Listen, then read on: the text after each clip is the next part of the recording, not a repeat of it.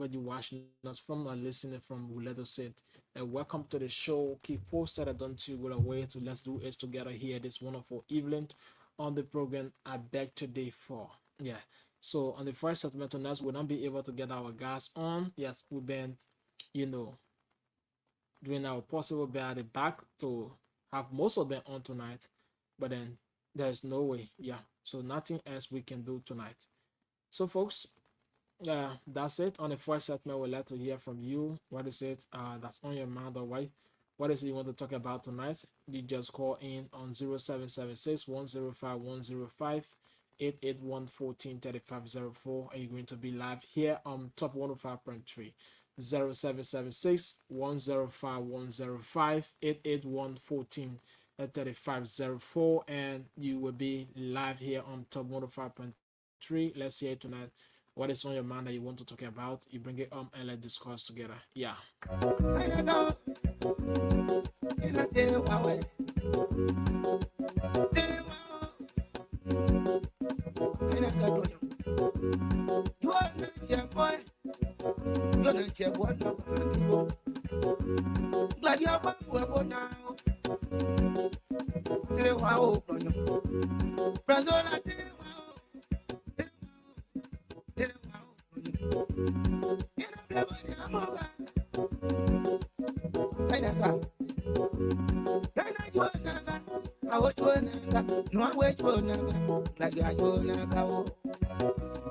You have 0776 105 105 881 143504, 0776 105 105 881 143504. Let's hear you tonight on the program. I bet to differ. What is on your mind that you want to talk about? It's about time that you put in your call. And let's hear from you this wonderful evening on the first segment of I Beg to Differ. 0776 105 105 881 143504, and you will be live tonight. Those of you watching us, we let us say it, welcome here top 105.3. Just help us share the live so that Allah can be able to join us here this wonderful evening.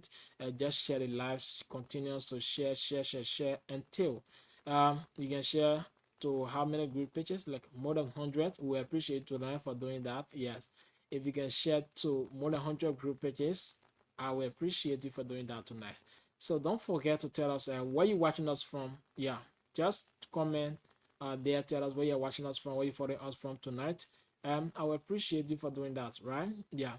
0776 105 105 881 143504, 0776 105 105 881 143504. That's the time to put in your calls here. Let's hear from you this wonderful evening. Top 105.3, 0776 105 105. I know it's rain today here in Sweden, right? More people go inside already. Yeah, some people are already in bed. Let's go on the line here from this caller. Hello. Good evening, your name. Where have you joined up from? I'm Danapi Jira. Welcome to the show. All right, welcome tonight. Let's hear you. Yeah. Why in my mind is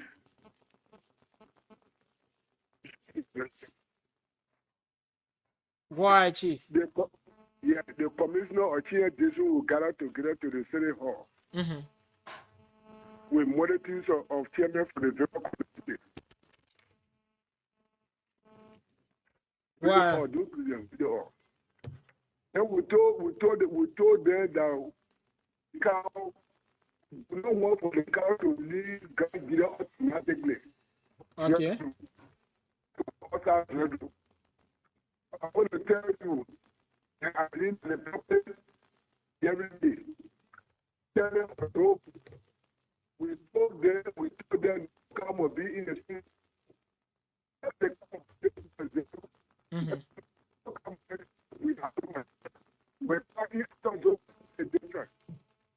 Now, Mazobi community, no come or enter there.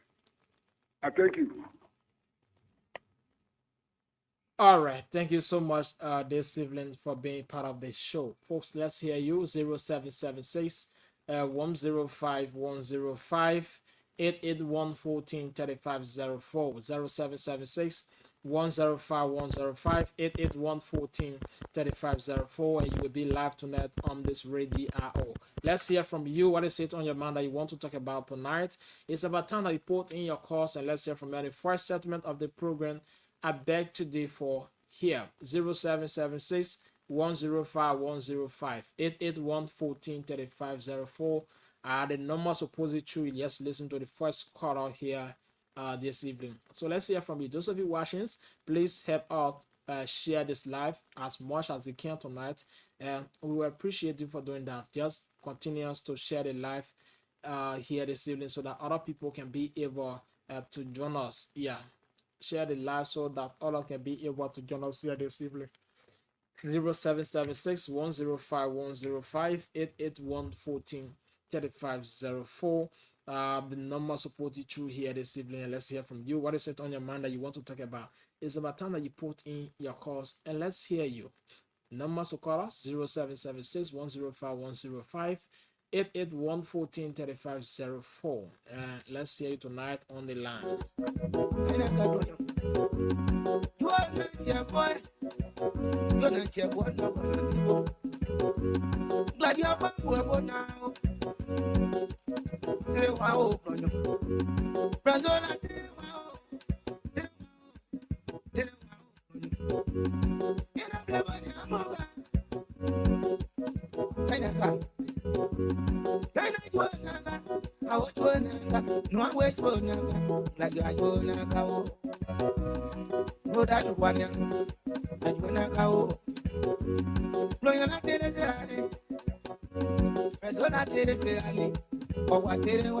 Let's go on the line quickly. Hello. Hello, this is Umbosua from Babafield. Welcome to the show tonight. Thank you for your show tonight. My brother, Mm-hmm. you see really great. Really, I was surprised that even to see cow in the street. To see cow in the street. So when the people said that our more in a pocket are truth. Our more in a pocket. It is like get a woman. No, really people get a good money for the cow business. Won't get nothing to say to the people. Now I'm making a prayer. But now put a cow in the street almost 7:30. They eat the cow passing. I was surprised. Since the accident took place, my very first time seeing cow in the street. And that's supposed to be so. Right now, it's very large now.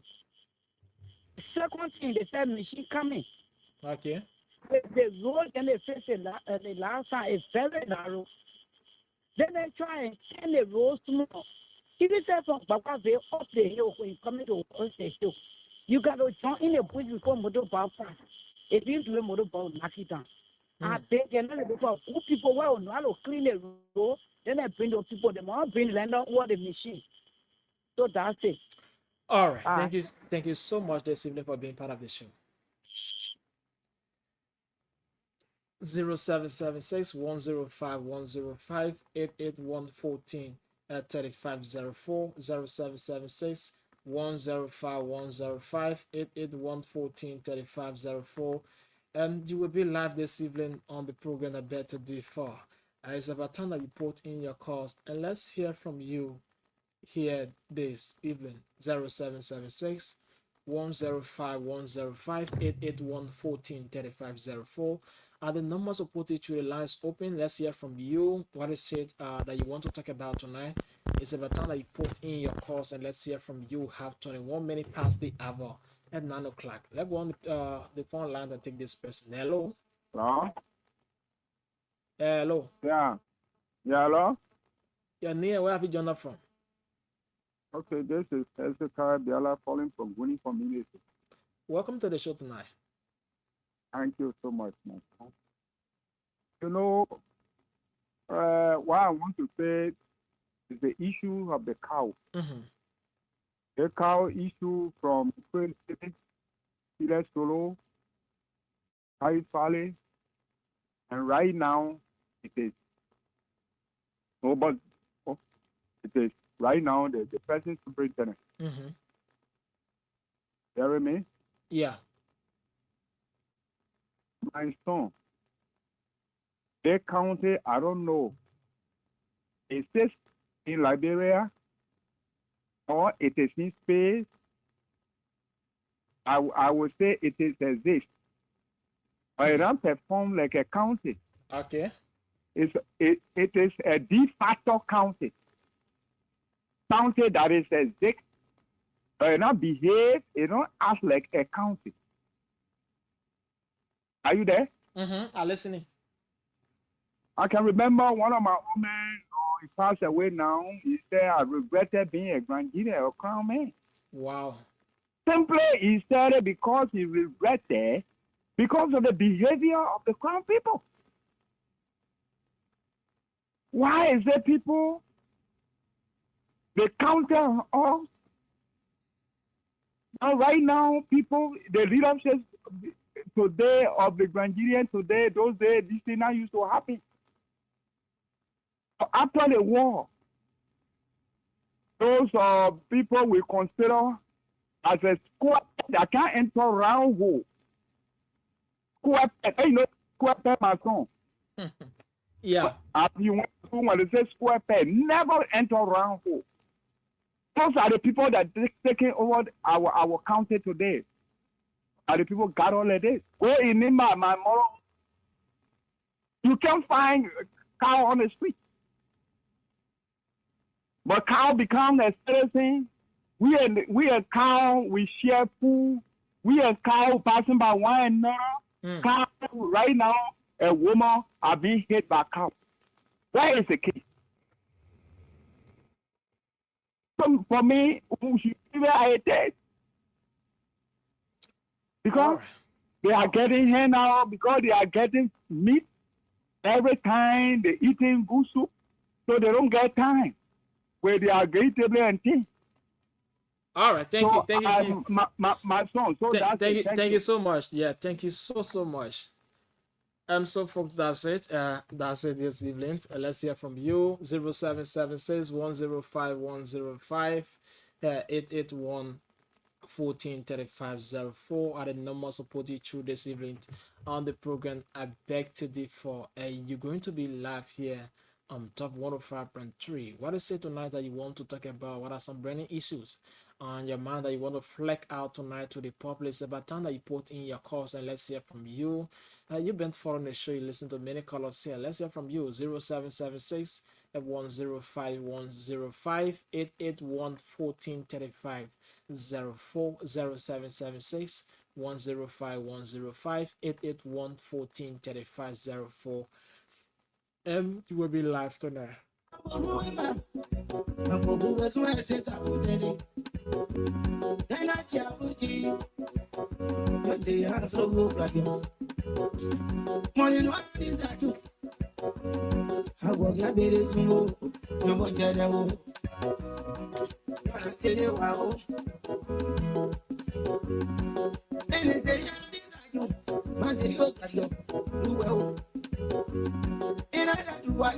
Keep your calls coming in tonight on 0776 105 105 881 1435 04 0776 105 105 881 1435 04.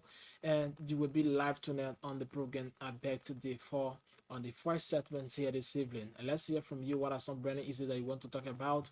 Or what is it tonight that you want to talk about? It's about time that you put in your calls and let's hear from you here this evening on the program. I beg today for 0776 105 105 881 1435 04. Number support you in tonight, and you will be live here on top 105.3 0776 105 105 881 1435 04. And you're going to be live here this evening.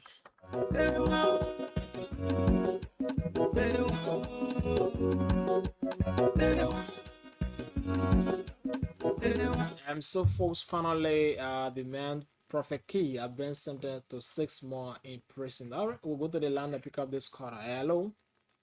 Yeah, hello. Good evening. Your name, where you join up from? I'm Anthony Cafe. I join you from Tobush. Welcome to the show. Thank you. Uh, I just want to recommend the county authorities. Really, I don't know if you've already seen the bush around the administration building there. So it's very dirty.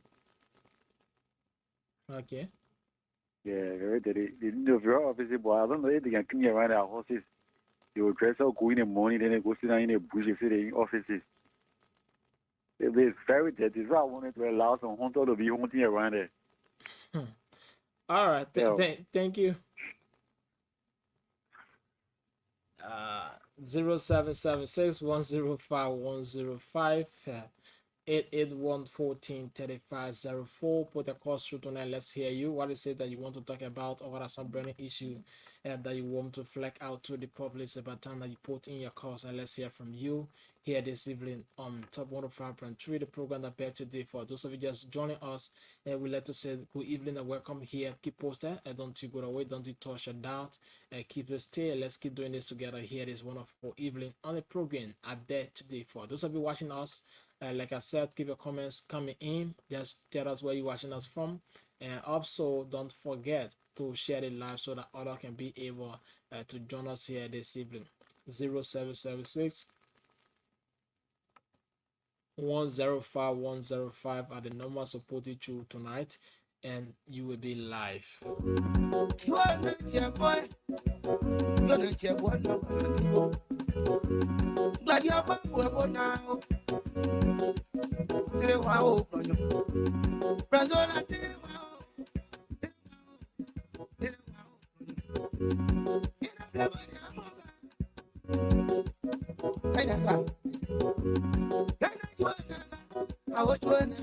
Yeah, keep a calls coming in 0776 105 881 143504. The number supported you tonight, and you will be live here on the program. I beg today for we have 29 minutes past the hour 9 o'clock. We go on the phone line and pick up this caller here. Hello. Yeah, hello, brother Rufo Benny Mani from Kemashan. Welcome to the show. How is Tematan this evening? Yeah, but actually, the way you calling the program, me, I'm very confused. What's the name of the program? I Talk beg, fast. I beg to differ. 0776 105 881 143504, and you will be live. We'll pick up this person on the line. Hello. Yeah, I can't buy again. Yeah, I can't buy again. Your name? Directly General, Chairman of Zobu, I can't buy again. All right. Let Welcome me back, tell Chairman. you people, let me tell the secretary, let me tell the power chief there. Where car working is very, Moroccan Zobu. Just take it from me. They feel they want a meeting and we concluded that no kind of war in the state of Zveru. Okay. We are not automatically driving the car for Grand Guinea, but they must go elsewhere. I saw the car today, okay. You tell the PM, I can't show you. When I can't show you, see the difference. I thank you. All right. Thank you so much.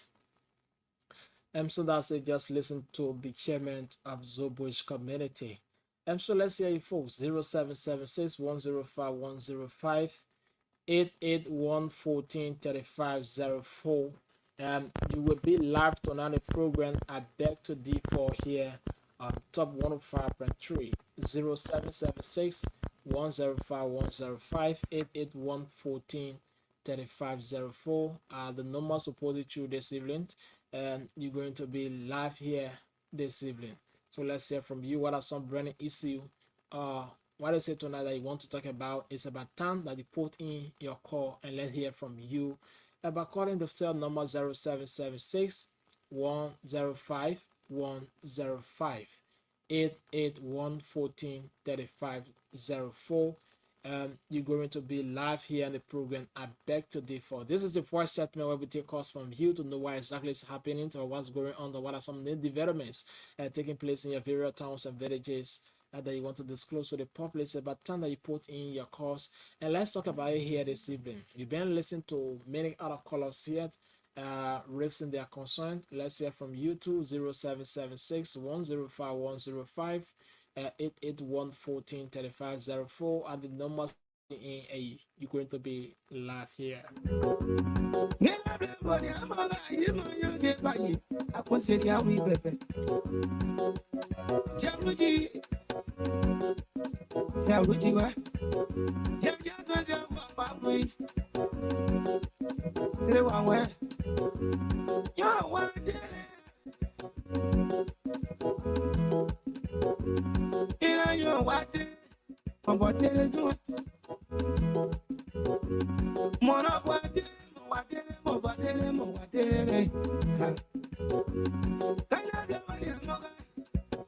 What does help with that? Then you say, we're going to go see you day, Pepe. Give the room, bloody when you put up when you want.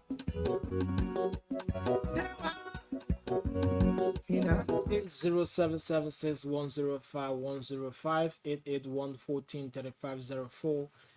You will be live to another program I bet today. For those of you watching us, just drop your comments, tell us where you follow us from tonight. We will appreciate you for doing that.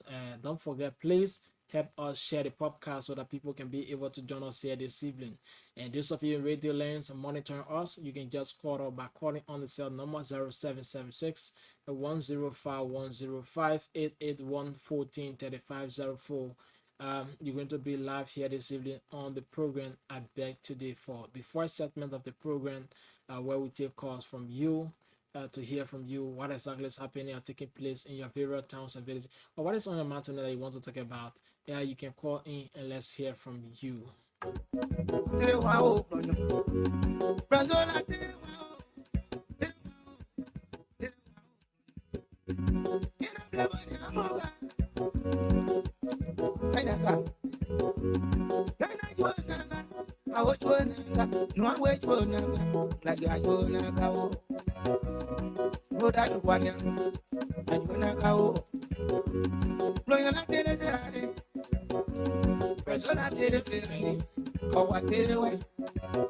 Oh yes, keep your calls coming in tonight on 0776-105-105. Let's go on the line and pick up this person. Hello. Yeah, hello. You're near where you join from? Abraham too. Abraham too. Abraham, welcome to the show. Thank you. I'm calling from Zobush, man. Okay. Yeah, I want to recommend the city in here. I don't really if you can use the street. I live from the city hall to Desert Street here. It's very bad off. Very, I want to the 30th street in Jeju. Okay. Very close out, yeah. So I really want to know if you can really use that street here. So that's my recommendation to her. Okay, thank you. So those of you working in the city, as you just listen to from Zobush community, yeah. I know you guys are going to respond to that, yeah. Address the issue by appearing on the radio or even callings. Like the last time Mr. Jimmy did too, right? Yes, you were able to come in even before then. You were also able to provide some clarity. So if you're listening, Mr. Mimi, you can go ahead and place a call and let's hear from you too. Yeah, because anything concerned about the city is also you. Let's go on the line and pick up this person who is there. Hello. Hello. Hello. Hello.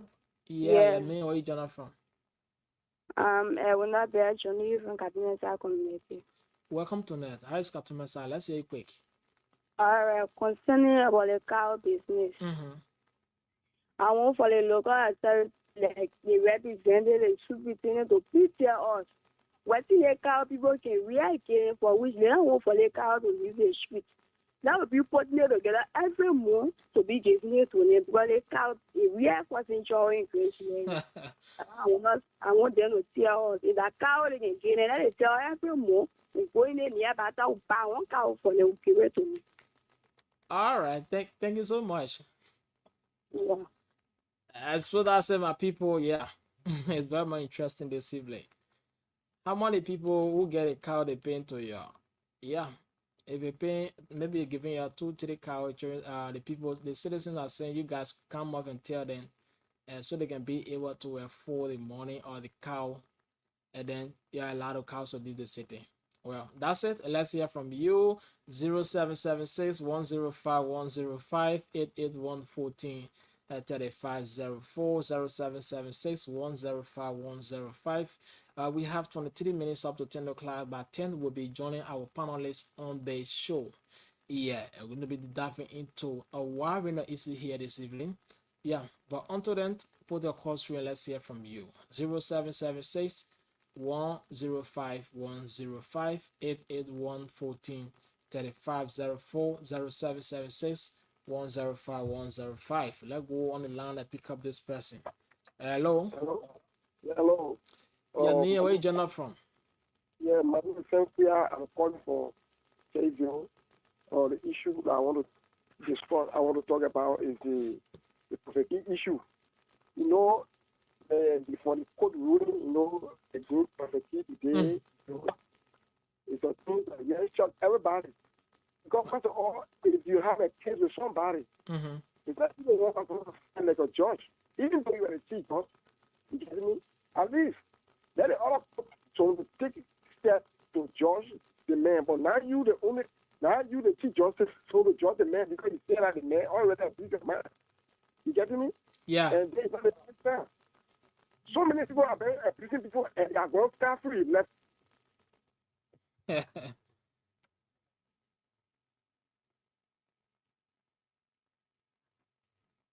All right. Tim, something is. Yeah. Yeah, go ahead. As I was saying, no one's out getting that guy can court every day and night. They call me a web of aid. Are they taking action on what they'll get things? That man cost us we got 24 hours. You get me? In that BC. Why they can take step on the kind of people that cost me kind of trouble today in our society, in our country? There are prophetic people today that seem to be with the West president and court and if they're doing it, they were thinking yesterday. Hello? You are live, go ahead. Yeah, they were singing hallelujah yesterday, but today they are saying against them today now. They're saying prophetic should go to jail. You get me? And the process that lawyer is not fair. All right. Thank you so much, my dear brother. Yeah. So that's it, folks. Let's hear you. 0776 105 105 881 14 3504. Let's hear it tonight. What is it you want to talk about? What on your mind tonight that you want to fleck out? It's about time that you put in your calls. Let's go on the line and pick up this person. Hello. Hello. Yeah. Hello. Your name, where you joining from? Even Ziri. Welcome to the show. Yeah, but I want to recommend the results which wouldn't. To who? I really want to know if they see the Fulani on the street up. Almost. Yeah, business does almost selling on the street. How would it be people use the fire to pass? Okay. Yeah. If you look at Desert Street, where the major street is where you see the Fulani, someone is wasting water all on the sidewalk. Someone that business on the sidewalk. Those things are happening in the French speaking country, it can happen, but they just take the whole city. Most of them they thought they will say the government in your pocket, look at it in your pocket. And I've seen it for myself. So yeah, so really I don't know if it's just people they have to collect money or they have to work for the Nigerian people. All right. Thank you so much, my dear brother, for being part. Well, Sunday I give me a money. Yeah, we will go on the phone line and pick up this person. We lost our caller. Keep your calls coming in tonight on 0776 105 105 881 14 3504. We pick up this person. Hello? Yeah, hello? You're near where you join up from? Yeah, my name is Emmanuel B. Basse. I'm joining you from Mano Road. Emmanuel, go ahead. Yeah, okay. For the cow issue, the citizen long been crying about that cow business, and the cow has been causing a lot of problems in the city. Sure. So let the local government see listen. Then be able to listen to the citizen cry. You're one of the things I expect in the citizen. Thank you very much. Thank you so much, my dear brother. Okay. 0776 105 105 881 14 3504 0776 105 105 881-14-3504. You will be live tonight on the program. I bet today for Let's Hear You. By placing your call on this number tonight, you're going to be live here in studio. So finally, Prophet Key Bent sentenced to prison for 6 months. Yeah, Prophet Key was sentenced to prison today for 6 months. The question many Librarians asking is, why this time now? It is because Prophet Key has now turned to the Chief Justice. That is why now they take the exercise of punishing him by sending to prison, because if you can remember, Prophet Key been doing this to other government officials. Even the past, the former president, right? Prophet Key been causing the former president murder, even including him. He was never sentenced to prison. Even the current government, Prophet Key did a sin. But then today, to turn to the Chief Justice, it becomes a crime under the Liberian law. And that's what somebody say, this too is Liberia. You know, Prophet Key said brave to say, I don't think the people will send me to jail. Because if I can remember the Washington committee from Imanola and that of this guy, you were going to the court, and then the particular judge, he never named a judge, and he had a judge met in the keke, so he started shouting at the judge. But later when he found out the particular person that was going to be judging him, he just requested for a orange suit, and then submit himself to the court to go to jail. So I think Brother Gibbs would have been doing that to the then to be passing around to say, but that's my people. It's been something that most Liberians have been wondering about. Others have been saying, when causing somebody murder become a crime, and which part of the Constitution of Liberia that says if you insult somebody murder, it's a crime. But that's it. We cannot question then. Prophet Key is already gone, even though. But then, long time, I think this will start because this is not Prophet Key first time. Even the present government, he been doing it to most of the BB official. But why now the Chief Justice? And somebody will say, maybe he made the wrong direction. Yeah. 0776-105-105 881-14-3504, and let's hear you tonight on the program. I beg to differ. 0776-105-105 881-14-3504. You're going to be live. We have 15 minutes up to 10 o'clock. We want to learn and pick up this person. Hello. Good evening, sir. Good evening, Janine. Where you joining from? Yeah, this is wanted to call it for a cartoon site. Welcome to the show. Yeah. My issue tonight is, since this woman, the car hit it, we are not here. What become of her now? So I need to know how is she coming back concerned. The woman, the cow beat the other day, right? Yes, we are not here. Anything says or hospital business we're talking about. So someone over to know hospital now, how is she coming out? All right. Thank you so much for the concern. Thank you so much. But yeah, it's a long story. Let's go on the line and pick this person. Hello. Yeah, hello. Your name and where you join up from this evening? Yeah, I'm Lama George, joining from Kaduna community. Welcome to the show. Yeah, bro, my intention have been joining for the cow business. Okay. Yeah. So the way the local administration, they taking the cow business, for me, I would take my cattle from my son. Yeah, I carry it to the administrative building, what to the palace there, they start eating grass and things. Yeah, it will be my own place. Then if they will feel fine about it because their whole environment is very dirty. You seeing it? Mm. But Let us be do you know that let us, sometimes they sorry you can tell somebody that to say sorry is like sometimes be insult to another person, but depend the way you say, right?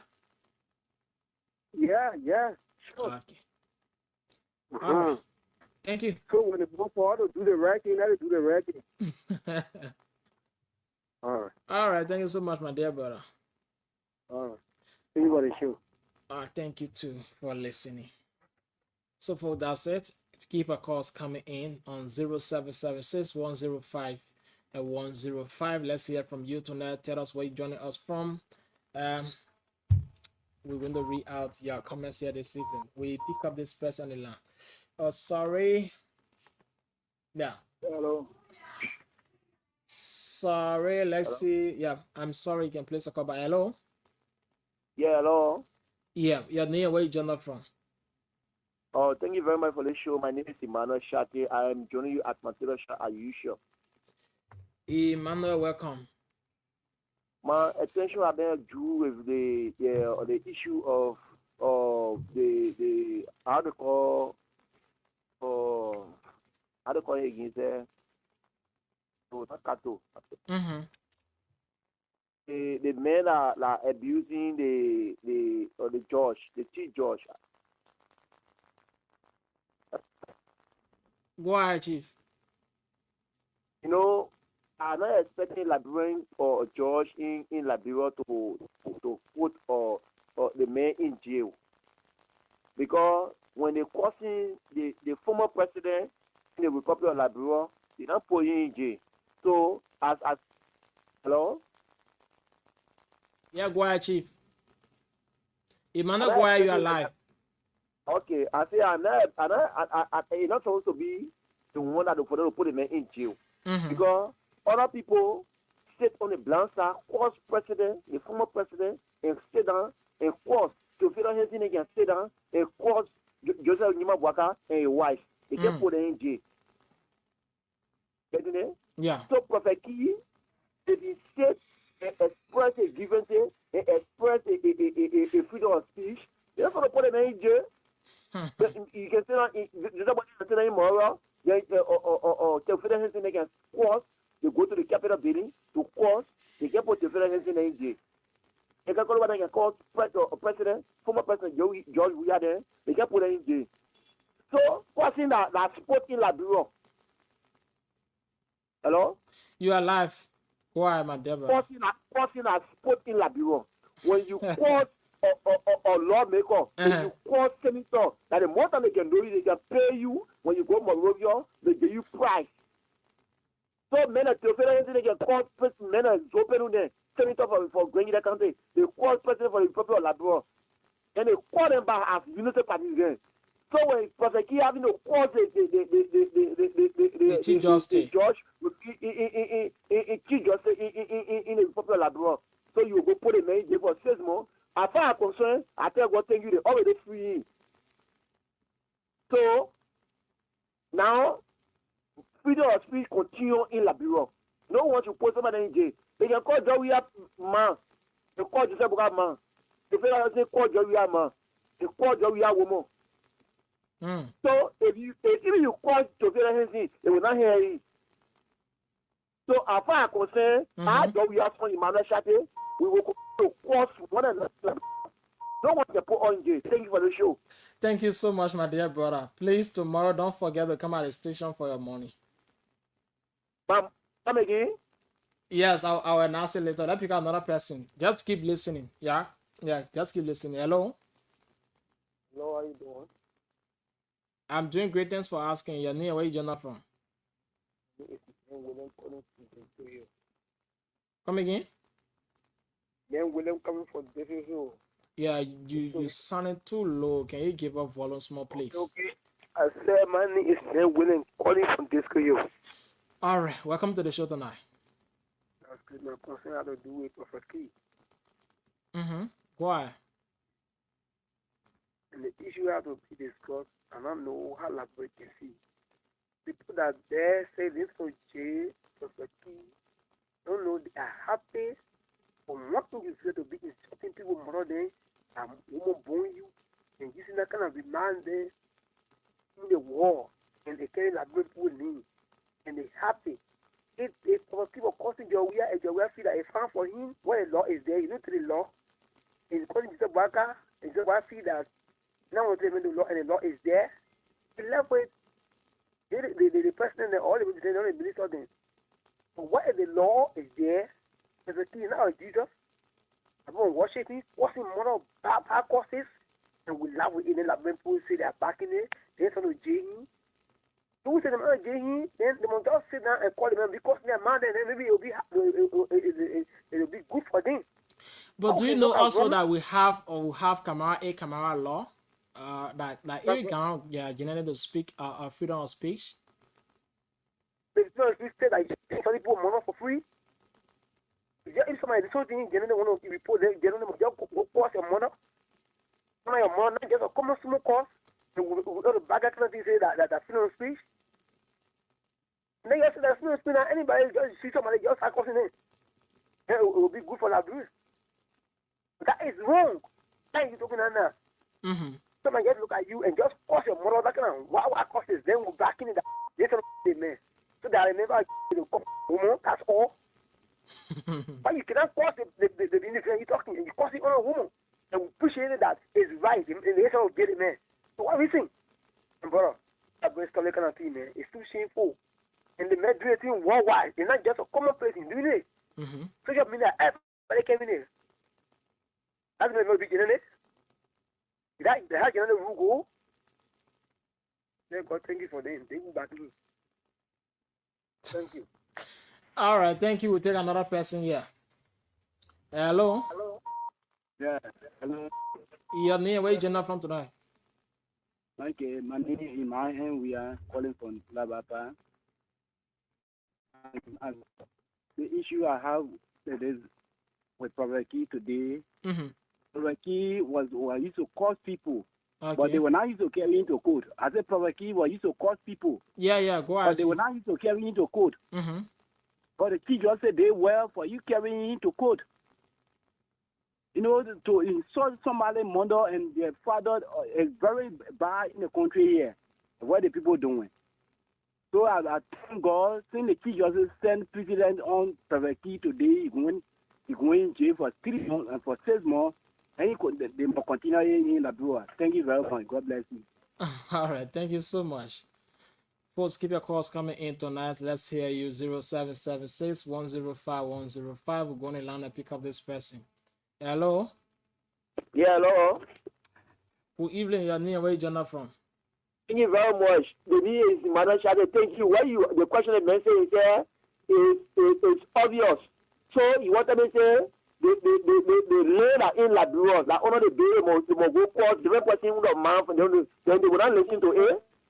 When you're talking about courting the former president, that only the baby will go to the room. So when you are courting or maybe to say anything about immigration at the capital building, you are courting the former president man that only need a bail your air, only need a bail.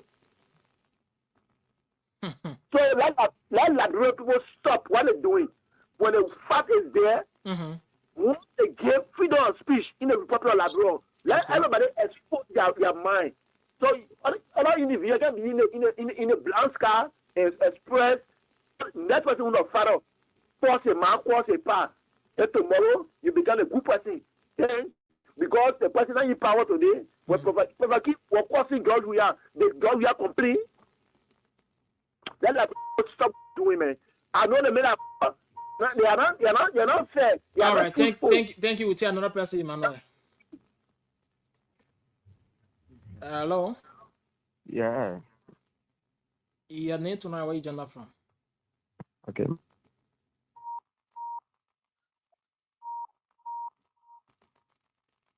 Hello. Yeah. After good evening. How you doing? I'm doing great. Thanks for asking. Your name, where you from tonight? My name is Copa Venetius Monson, and I join you from my Quiver residence. Welcome to the show. Okay, thank you. For me, I want to discuss the issue of the cow. Okay. Okay. My brother, the issue of the cow, I want the honorable man Jim Mimi to come in studio because the last time we heard him on air discuss that he was calling Zeno help or community chairman to come on the meeting. But since then, we have not heard the outcome of the meeting. Where is the result of the meeting? Okay. Because we understand that the meeting was interrupted by his boss. And we want you to come up because we were discussing the issue of cow and get up your ensuring that they were working on it and you were calling immediate meeting for all junior heads, all chairmen within the community to come to the city hall so they can discuss the issue of the cow. But since then, how the meeting ended, what I ended in the fate of the citizen, we don't know. He never get clarity on it to do it to today. All right. Thank So you. we want We're him going to do our come possible up best and get to him. on that issue. Yeah. All right. Thank you so much, Steve. We'll tell another person. Hello.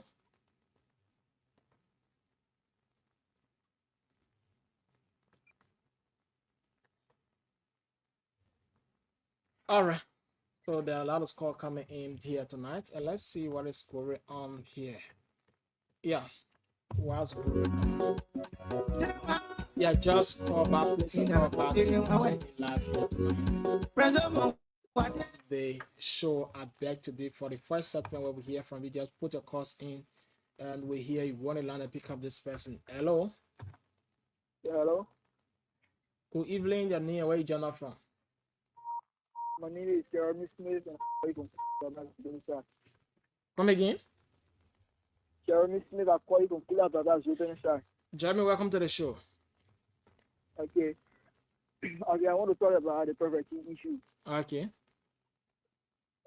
Even though the country give everybody free of speech for as a gentleman or married man, you shouldn't be in the habit of causing man cause that for the way you come from home of a woman, and you are causing man cause worldwide that everybody is looking at you, everybody is looking at you, and not you're not doing it to common people, you are doing it to the lawmakers, the people of the country.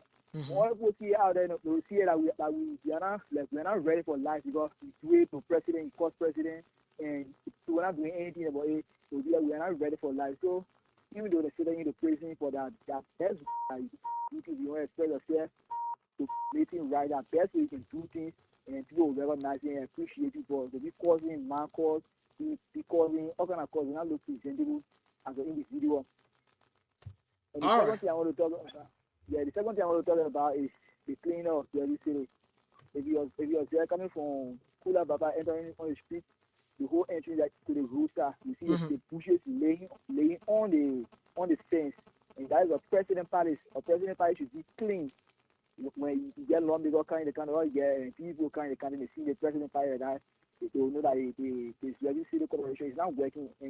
For two, they are not working. You look from to the market, to the turning point to the market to come down. The street is dirty, water all on the street, the move all on the street, plastic passing all around the street. That's presentable. So that is I thought something about it. Thank you. All right, thank you so much. It's Tim. So let's just screen in a person. We'll go back and welcome our panelists in here tonight. Yeah, we'll just screen you in and go back to welcome our panelists on the show. Hello. Hello. Yeah, your name, where you join from? Thank you very much. My name is Aaron. Aaron who? Aaron Siafa. Siafa, we are welcome to the show. Okay, thank you very much. My concern has been concerning about the cow issue. Okay, why? The cow not stop going to the Trahanko. The cow not backing going to the Jerusalem Center market to buy or better ball. But the only way you can see cow to stop buying better ball in our market, and you make the man shot to a tailor shop. I will not have it. The only time stop going to the Jerusalem Center market to buy the ball. It passed.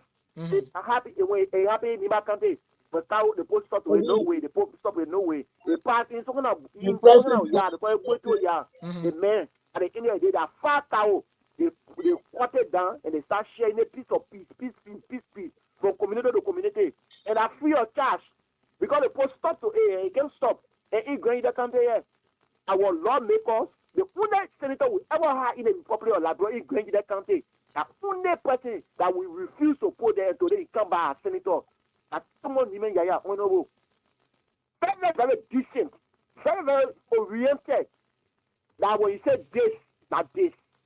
So that we can get a respect for I imagine that the only men can get respect. But apart from there, that will continue to enter the center market and say that we can quarter piece when you buy in the center in the town, whether they hear, who care to Kula Baka, whether they bought, who care to Zoe Bush. Once the people are selling cow, they see that action, they will never pass in the center again. Because they say when you pass it there, the poor will kill it. But when you pass it there for a piece, you pass there, you pass it there, or how do you say? Quickly, Emmanuel, another people on the line want to take them. Thank you very much. All right.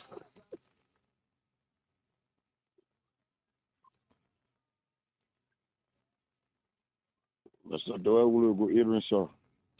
Good evening, Bedekatu. Yes, sir. Thank you. So good evening to the listening audience and good evening to our professors. Welcome in class. Thank you.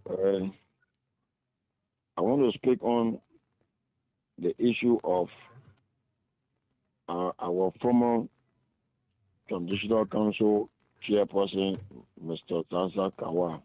Okay. Yes, it really, really touched me.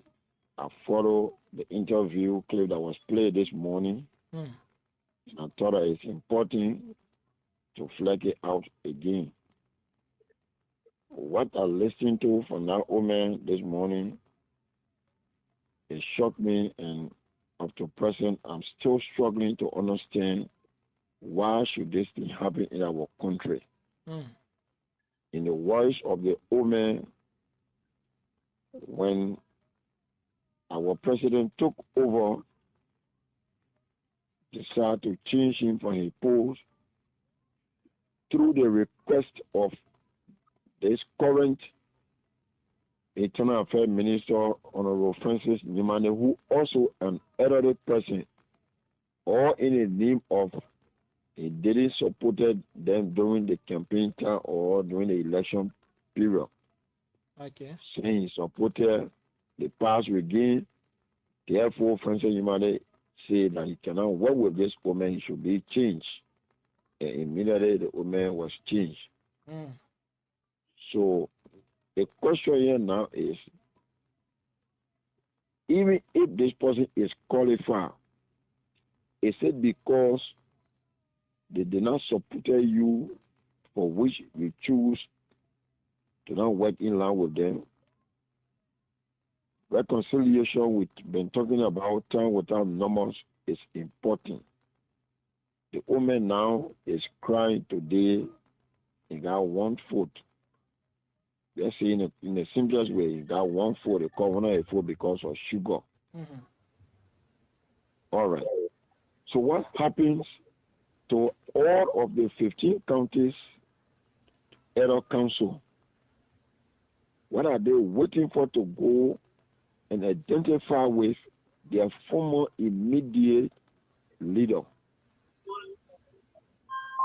Are they waiting for something the opposite way to happen, like death, before one of them will come out to say they're taking responsibility of the entire funeral activities? We say no to that. What kind of behavior in our country, wait for somebody to die before you knock chest? It is wrong. We need to change that miraculous mentality. So we want to use your platform this evening again and again to call on all of the Elder Council of this country. This is the best time now that you can go to identify with this woman. Let him be able to see you. Let him be able to record it in his heart that tomorrow, anytime God called him, because he's old as well, history will remember you and it will judge you for tomorrow. instead of waiting that tomorrow when God call him before you want to go and take responsibility of every other thing. It means this is what you have been praying for. You want your name to be heard, and it will be a waste. Thank you for having us this evening again. We also calling on the Liberian government to please try to identify with this woman. He's one of our state men, and one of those who put Liberia on a map when it comes to our culture. Again, AB, thank you, and we are following the show. Thank you so much. All right, so that's it, folks. We will let to hold it there. Go back to our panelists here this evening and welcome them on the show. I beg to differ. Yeah. So we are not taking call again, but rather go back to the panelists and welcome them in here on the show. Mr. Emorai, how you doing?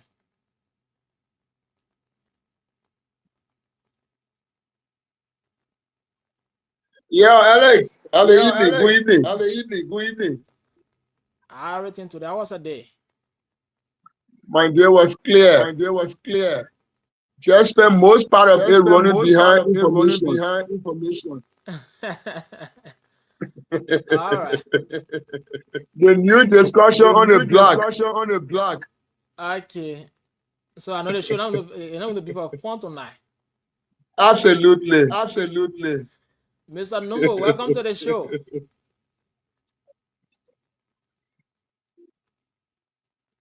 Yes, thank you, Alex. Thank you, Alex. I'm back, and I say hi to the panelists, say hi to the listeners, and it's going to be hot. And I have a question when I was coming in. Mr. Amos Wright was talking about somebody who said the nation, and I don't know who he was talking about. I think the person is ill. One of you. Yeah. So I want for Mr. Wright to Amos Wright to brief me on that.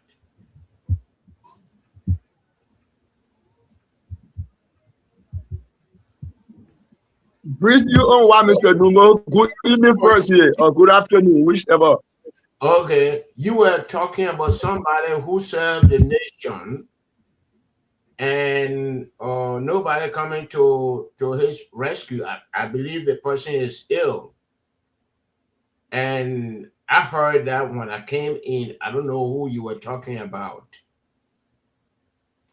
No, I'm not sure I was the one. I did not talk about anybody. Okay, maybe the previous. I'm sure it was the radio call-in people. Yes, that was Bereka 2 on the line. Emmanuel Esdo was talking about the former elder that's Chief Zazakawa. Okay. But then you were responding to him, and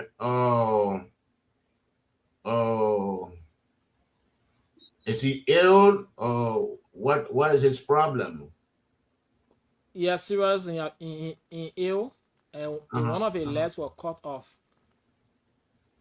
Amen. So diabetes related. Anyway, we are not a medical people on this show, no, so we cannot do that, no. But I feel that he served us, and like here in the US, the man is ill.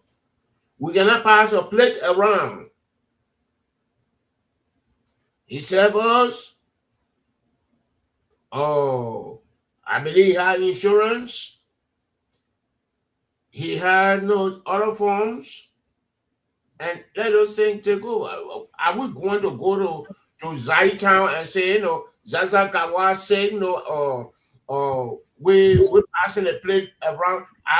Am I going to go to Plibo Sorokan district and say, Zasakawa saying and passing a hat around, or your contribute $1 or LD, $2 LD, and what have you. We gotta move on. Thank you. Good evening, everybody. Good evening. We are listening, Archie.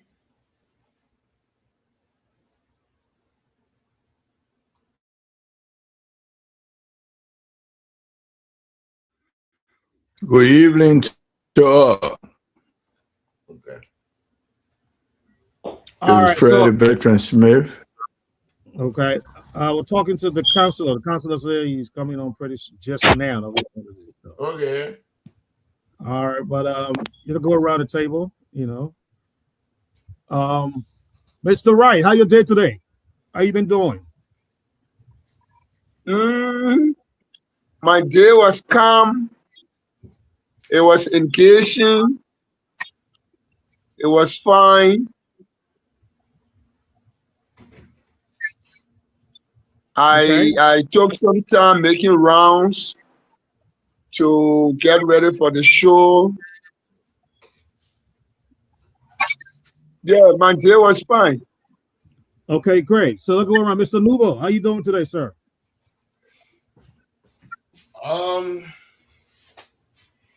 I'm doing pretty good, and I'm ready for the show.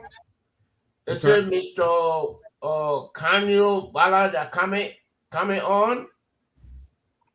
No, we're playing host to Counselor Zion, Alfonso Zion. Alfonso Zion. Okay. Was he a journalist before? Yes. Okay. Yes. Okay. I think Veteran Smith probably know him. Maybe. All right. Veteran Smith, how you doing today, sir? So I'm waiting for him to address the Prophet Kid issue and to address other legal issues as a counselor and not a partisan. And it's going to be tough here tonight. Thank you. Okay. That's good. Veteran Smith, how you doing today, sir? How's your day?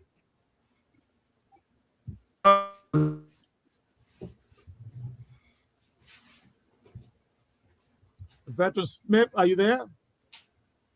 He's frozen. All right, let's go to Yabibu. How you doing today, sir? Well, I'm doing pretty good, and it's good to be here once again. And we hope that we'll have a fruitful discussion, especially wherein we'll be educating and informing our people and have some conversation with them. Well, so it's good to be here once again, and we are more energized than ever before. Okay, that's good. Emotions, how you doing, ma'am? I'm fine, thank you. How's everyone? Everybody's doing great. How's your day? The day is well.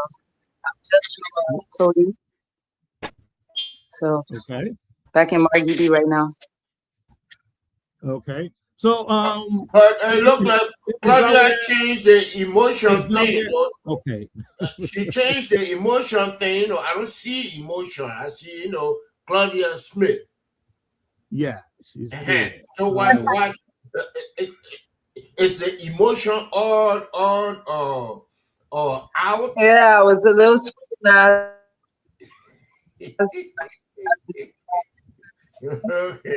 Okay. Maybe it's actually whatever you want it to be. Maybe that's going to be another focus tonight. Thank you. No. Okay. So before I bring the counselor on, emotion, are you doing your training?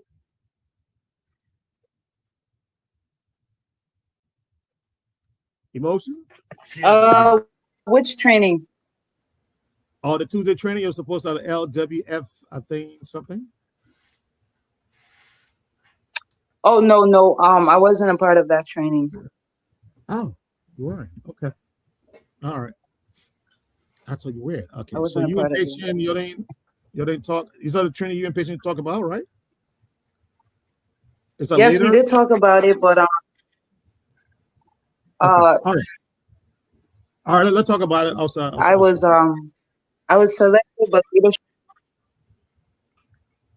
Okay, so we have the counselor with us. Let's get the show rolling. Let's get this show rolling. I don't know why Smith dropped, but I don't see him in the lineup here. Counselor, how you doing today, sir? Oh, I'm doing very great. Let me apologize for not being on the show for a couple of days now, if not weeks, but I've been engaged with a conference of West African central bank governors and finance ministers who've converged in Monrovia. And we've been talking about strategies and the converging criteria for an integration into the ECHO, the single monetary union for the region. So I've been tied up with organizing these events and facilitating some of them. So that's why I've not been around here. So, but I'm happy to be back this evening. Thank you. Yes, sir. And we are more than glad to have you back on the panel. Yeah, I've seen some of the videos of the program you referred to. So how is that going now? Are we close to having a single currency, launching the ECHO? No, I think there were a lot of problems associated with the launching of the ECHO. Normally, I mean, in the 2027, the launch supposed to be done, but there are converging criteria that many West African countries have not been able to reach.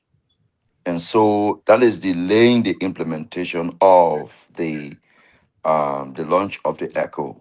Many countries, there are 6 converging criteria.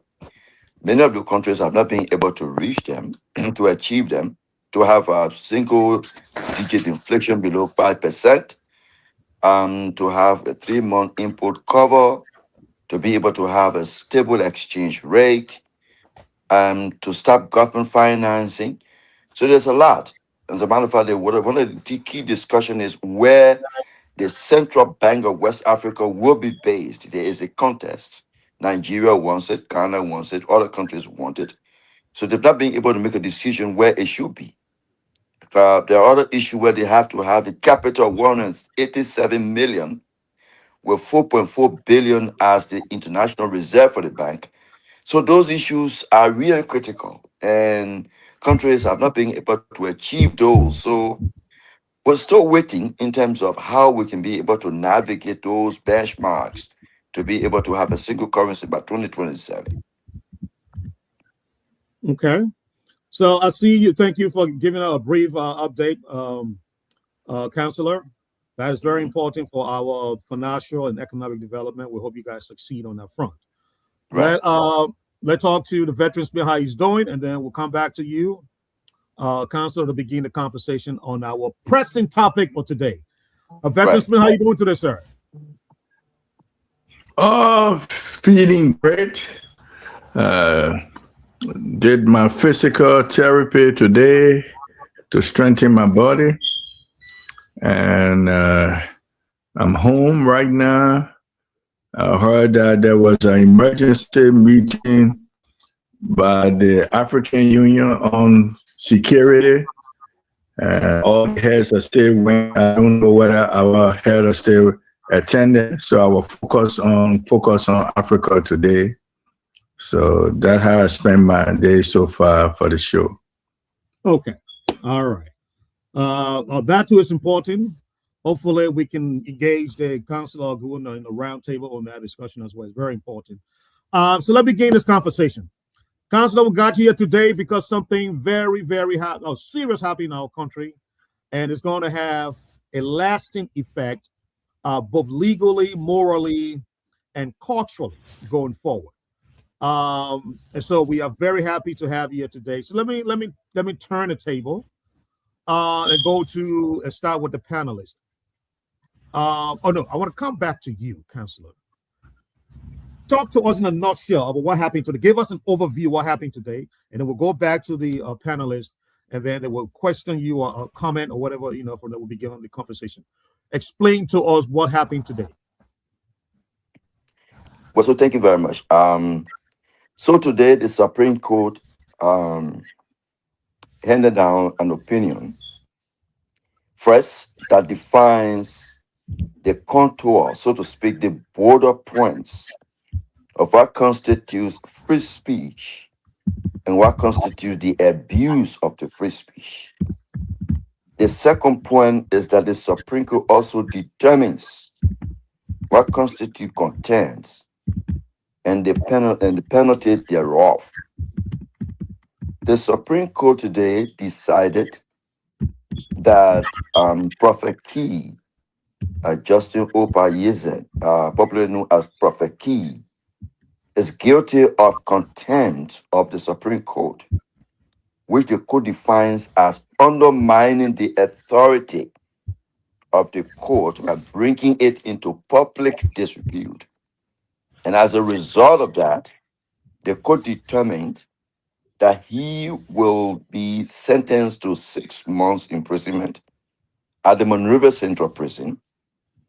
He will, as a precondition for his release, he will publish for 5 days in a popular newspaper a letter of apology, but he will also post a good behavior bond with the clerk of the court as a precondition for his release. Those are the 3 things that happen. But beyond that, the court, and I will discuss later, redefine, sort of reinforce earlier rulings on the questions of the boundary points as to Article 15, where people have the right to express their opinion, but then what constitutes the abuse thereof is a reinforcement of the earlier decisions of the court itself, but it also is a decision that defines statutes, in other words, laws. So for example, the question of indecent expressions as attributed to Prophet Key, provisions like in the penal code that talk specifically about corrupting minor, issues of, public disorder, is a combination of statutes, court rulings in the past, and the definition of Article 15 and the contours of where it stopped and how citizens are supposed to hold themselves and what constitutes abuse that the Supreme Court really defined today in this ruling. And as we'll be discussing, we can pinpoint specific provisions and areas that the Supreme Court reinforced in terms of where we are, whether people have to have genuine fear, whether its ruling today is a chilling effect on those who are advocating and are criticizing public institutions, or whether they shouldn't have fear, or what's supposed to go into their public criticism, whether it should be vulgarity or that a mere criticism. So those are the issues. But it's a really defining moment in the history of what constitutes contempt and how far we can carry the question of free expression versus the abuse.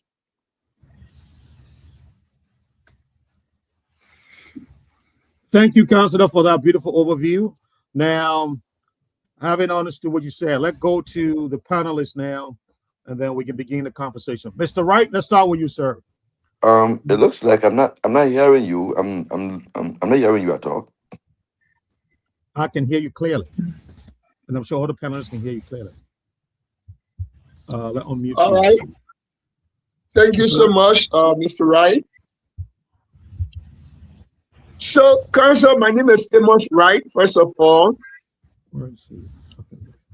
I am from the CSO background. Let's make sure that Mr. Zion is hearing us. That's what I'm fighting for. I'm hearing Mr. Wright. I'm hearing Mr. Wright, yes. Certainly, I'm hearing him. Now, I'll mute myself. Okay. So, Thank you for the information. That's very important. So, with the precedents set by the Supreme Court today, do you think anything will change? Will critical voices now be afraid to use their usual violent languages?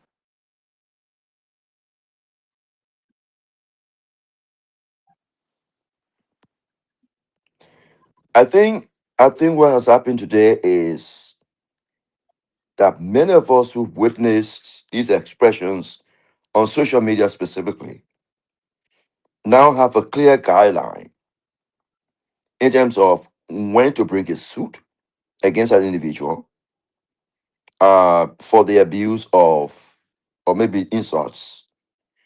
Because we now have a clear and a recent ruling in which the court has been able to say exactly what constitutes abuse of free speech. And the court is very clear that there is a difference between criticizing public policy and public institutions, as opposed to making accusations that are not supported by facts. There's no evidence. But the ultimate objective is to undermine their authority. And the court said specifically that after the war, when public institutions are rebuilding, attacking them without evidence, sort of undermine their authority to do their work. So the lines are clear. You can criticize. You can say that the Supreme Court is wrong. You can say the Supreme Court ignored these facts based on what it says, based on its ruling. But to jump at a conclusion to say that the Supreme Court is corrupt, as articulated clearly by Prophet Key, undermines the authority of the court and is therefore punishable. So we ought to understand the contours of these lines so that we're clear in terms of our advocacy. But I don't think it constitutes fear because you can make a criticism without insults, without undermining the authority of the institution, but pointing to evidence. And so that is very important in terms of the work that we do.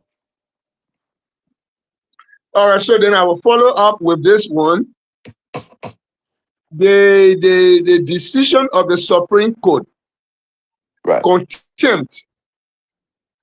Which part of Prophet Key's presentation is he held for?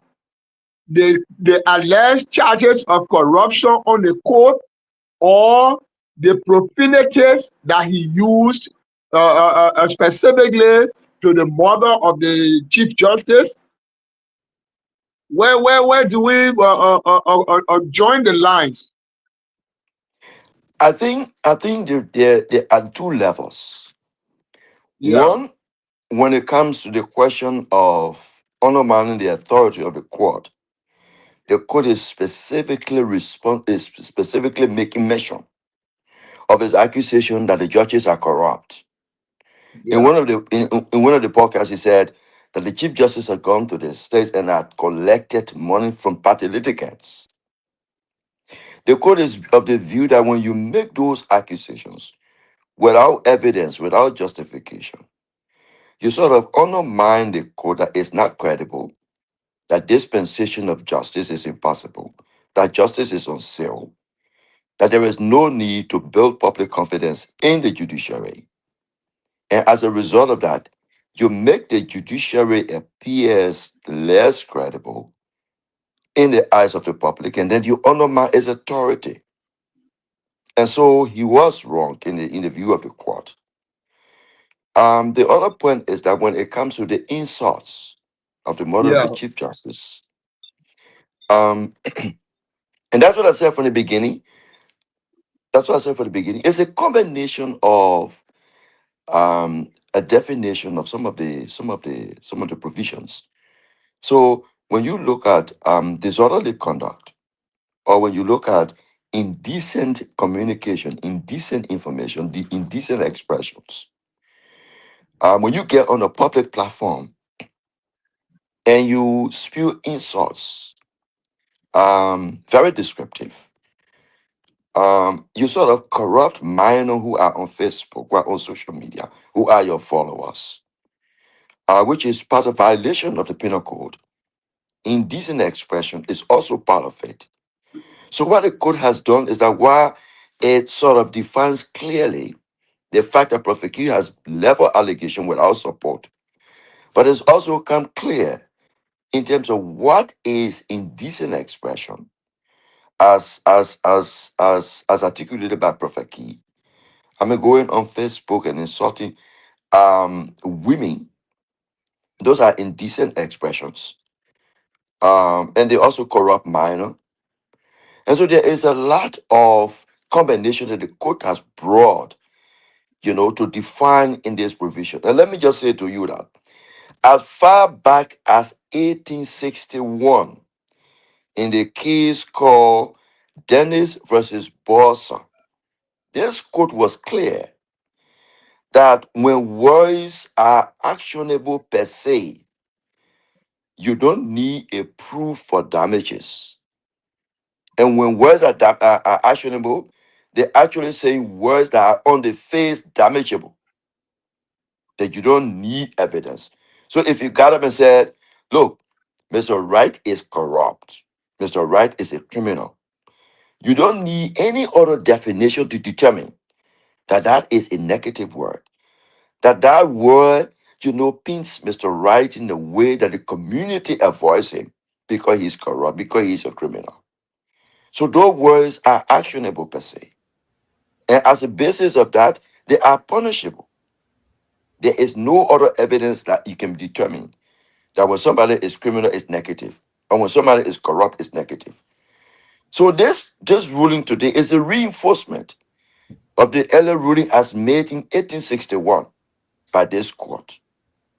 So those are the issues. And then finally, sir, yes, sir. Now there are people who see themselves as victims of Prophet Key as far as the profanities are concerned. Now, to some of them, or if you don't mind, to plenty of them, this is an opening of a corridor that they can now go to court. But my concern is, if they go to court, they don't have contempt power. What are they? Is there a room where they can win a case against Prophet Key? Well, they will determine on that the you put in circumstances. before let's put it in a practical way. Well, it depends on the circumstances in this. I think what has happened today before this ruling, if you took a case to court, your lawyers will have to dig into the court cases, dig into evidence, dig into opinions and judgments of the court to determine how far you can go in winning a case against Prophet Key. This ruling today provides a ready reference point. It provides a justification for an action. So it's not one face-off situation. Somebody can decide to break a suit successfully or unsuccessfully based on the evidence that they have against Prophet Key. So if Prophet Key were to come back today and say, look, you are corrupt or you are a criminal, that is actionable, and you can successfully go to court based on the ruling of the Supreme Court, because when you make an accusation without evidence, what the Supreme Court has said today not constitute free speech. It's an abuse and it's punishable. So yes, but there isn't a general situation that fits every situation. There has to be peculiarity. There has to be specific actions, the pieces of evidence that can be brought. But the main point is when an accusation is made that is criminal on its face, that is actionable on its face, what the court has said today, that without evidence, that is wrong and that you can successfully sue and get verdict. So people will be watching out. Many persons have argued today that look, going forward, maybe other people who are in similar category will be warned, you know. So we look forward to that. But it's a situation that requires specific circumstances of each case for you to be able to win against a litigant. Okay, so before I go to you, Mr. Nubo, let me say this. I have shared the show link to every one of you, the panelists, in your boxes. Please help share it to your groups. Thank you very much. Now, I want to reduce the question to 2, please, because we have a full bench, so everybody can be able to come in before we go to the close up on the first segment of the show. So, Mr. Nubo, your 2 questions, sir. Yes. My first question is that do we have any law on the book against the language that Prophet Key use? And do we have social media law on the book? Or is the Supreme Court making laws and not interpreting the law or doing what have you? That's my first question. Well, thank you. So let me say it this way. One, there are various ways we can make laws. And let me just say that the Supreme Court makes law through its previous rulings because we are in a common law system, and the common law system provides that courts can always look up to how cases are resolved in the past to determine how they will be resolved in the present or in the future. So, given that the court had said today that the way Prophet Keith speaks, the words he's used on women, and the fact that he's made accusations without evidence, they constitute an abuse of Article 15 of the Constitution. That becomes a law. So, as of today, we will look up to the Supreme Court's ruling, the contempt charges against Prophet Key, as a law.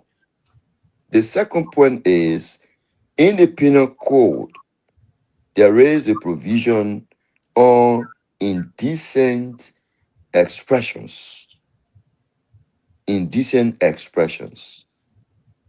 You will also see in the Penal Code corruption of minor. So when kids who are below 18 are not supposed to be exposed to certain issues, to certain expressions, to certain languages, and you get on public platforms and you express them, and kids have access to them, they are corrupted. You publish certain pictures, they are corrupted. They see things that they shouldn't see because they are underage. And as a result of that, they get involved in those activities and they are corrupted. It's a crime under our law. So there are specific provisions in our penal code that define specifically the speeches we issue, the things we say, and how.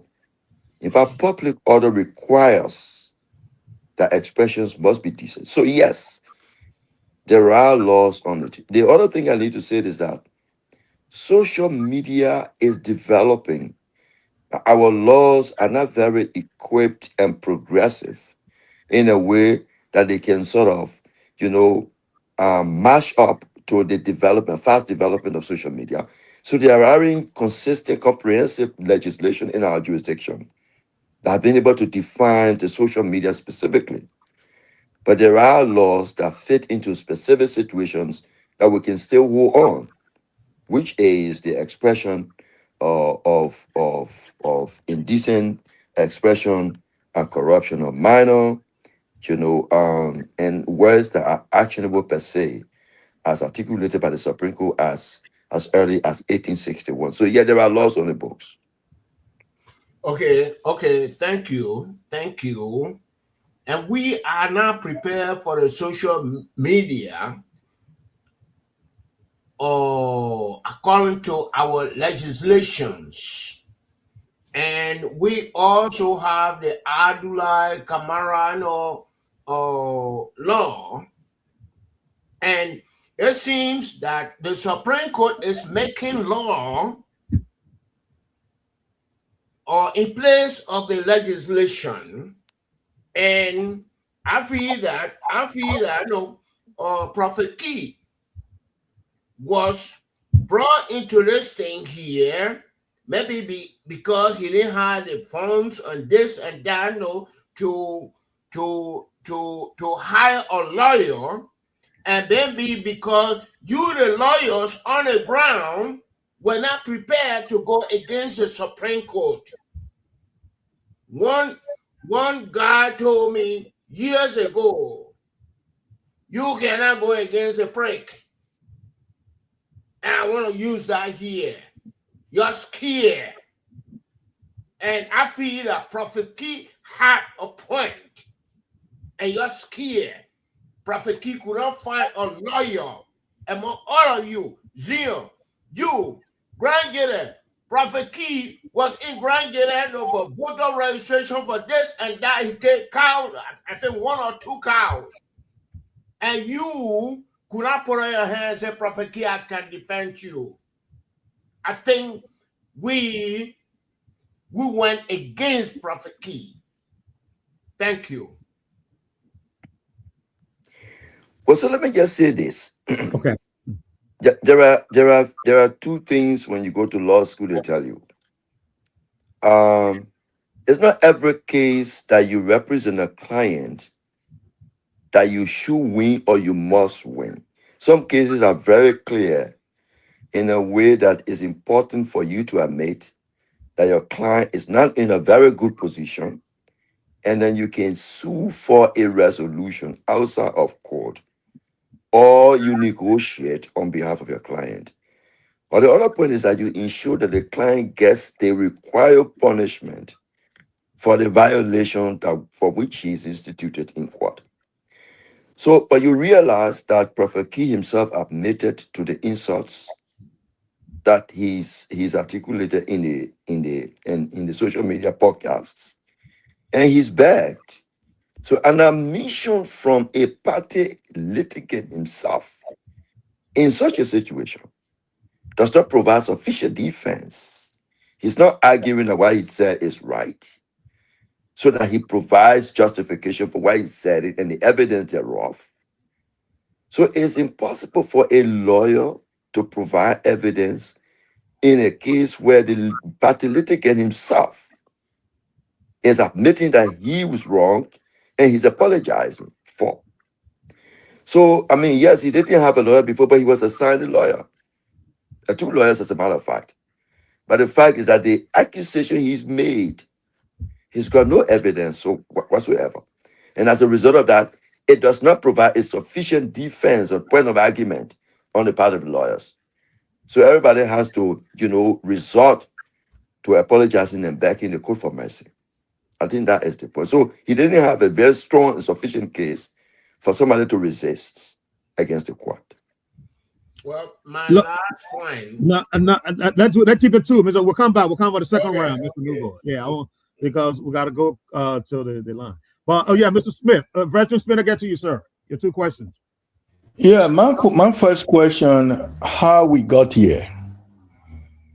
We had this behavior. I'm not getting Mr. Smith, so Mr. Wright, you might want to help me. Can you hear me? Can you hear me? Hello? Can you hear me? Can you hear now? Yeah, I'm hearing. I'm not hearing. Can you hear me?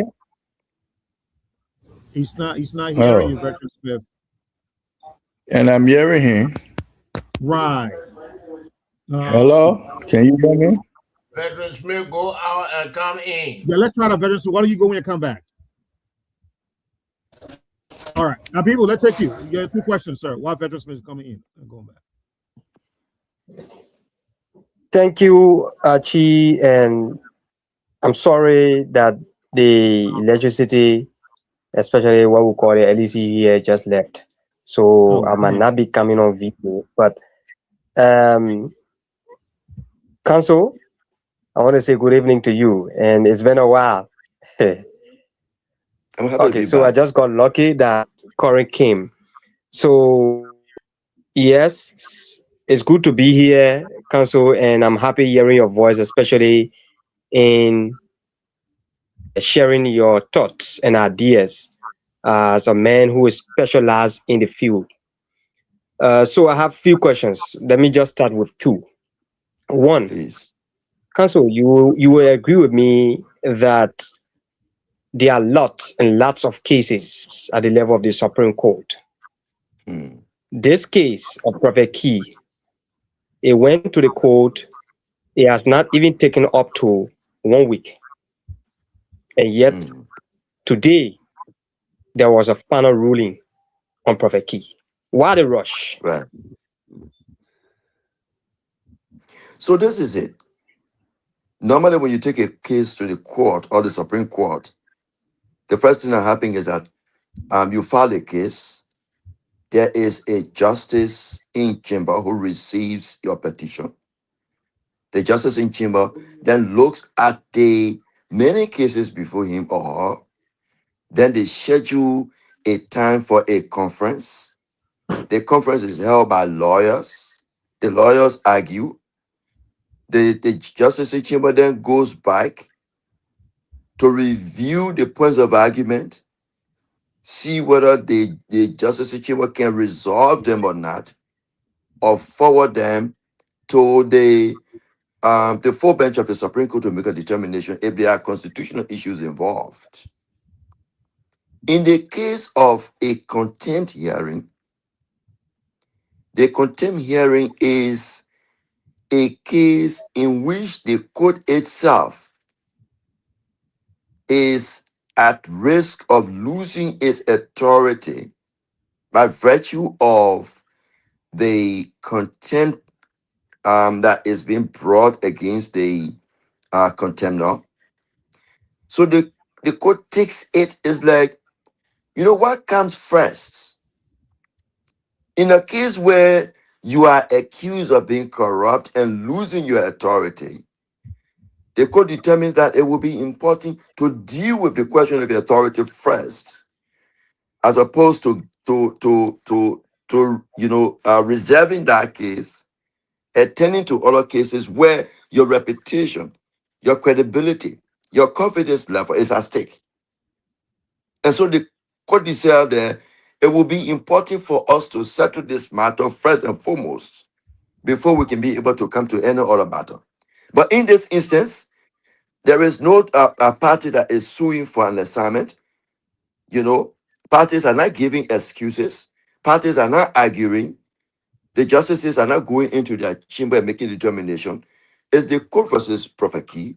So he comes, you know, the court makes an assignment, he argues immediately, and then the court makes a determination. So it's faster. And the other point is that contempt hearings are special hearings. They are not done for assignments. They are special hearings. So you hear it immediately, you resolve it, and then you move forward. Because they border on the survivability of the court itself. And that's why they are quickly resolved. Okay, people, your last question, please. Council, if we can just keep it shorter so that we can go around. We'll come up with a second. Oh, people was gone. Okay, all right. Take my time because of the network later on to listen to the response from the councillor. So you will agree with me that majority of the people, the citizens in Liberia, are happy with this precedent that the Supreme Court has made today. Yesterday we were here and all of us were talking about the Supreme Court setting up a precedent to deter would-be users. How do you know that? How do you know that, people? Yeah, so well, go ahead, man. Go ahead. I don't know if we got coming automatic drop. Okay. I think so. All right, Veteran Spitter, go back to you. Your two questions. Can you say something if the counselor can hear you? Yes. Can you hear me now, Counselor? I'm hearing you very clearly. Oh, so that's pretty good. In our Constitution, it's, the three branches have equal powers: the executive, the legislative, and the judiciary. Right. Prophet Key have dealt with the legislative, the executive, and they haven't come up with a law except the legislature came up with the Abdullah law on free speech. What do you think that Prophet Keith, he was able to beat the other branches of government and were unable to beat the judicial branch, the Supreme Court? Why? And if so, what impact will it have on the other branches in terms of defining free speech? I think clearly simple. I think the point is people who are injured determine the severity of the injury and that they can determine the remedy, whether they can delay it or they can get the remedy immediately. In this instance, the Supreme Court thought that Prophet Key's abusive languages matter most. So they intend to deal with it. In terms of the legislature and the executive, they downplay it, they let it slide. The Supreme Court did not take it lightly. And so it depends on the person who's injured. In this instance, the Supreme Court thought it was paramount and they needed to deal with it. My other question, somebody mentioned about social media.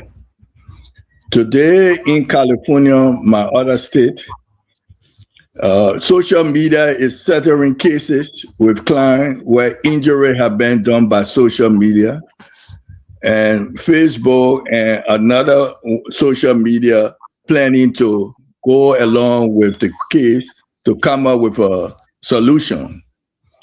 What do you think? Africa having come up with laws with Facebook, but Facebook having problem in terms of how they use free speech, and Prophet Key have a free way on social media, also have free way on the media. With the ruling of the Supreme Court today, how will social media and how will media themselves govern now that they know Supreme Court is straight on the ruling against people? How will they monitor people who use the platform and post and say all kinds of things? Because with all the media, with all social media, there will be no Prophet Key, and their ruling today were not going to be necessary. So how do you see the two entities functioning, the media in Liberia and social media?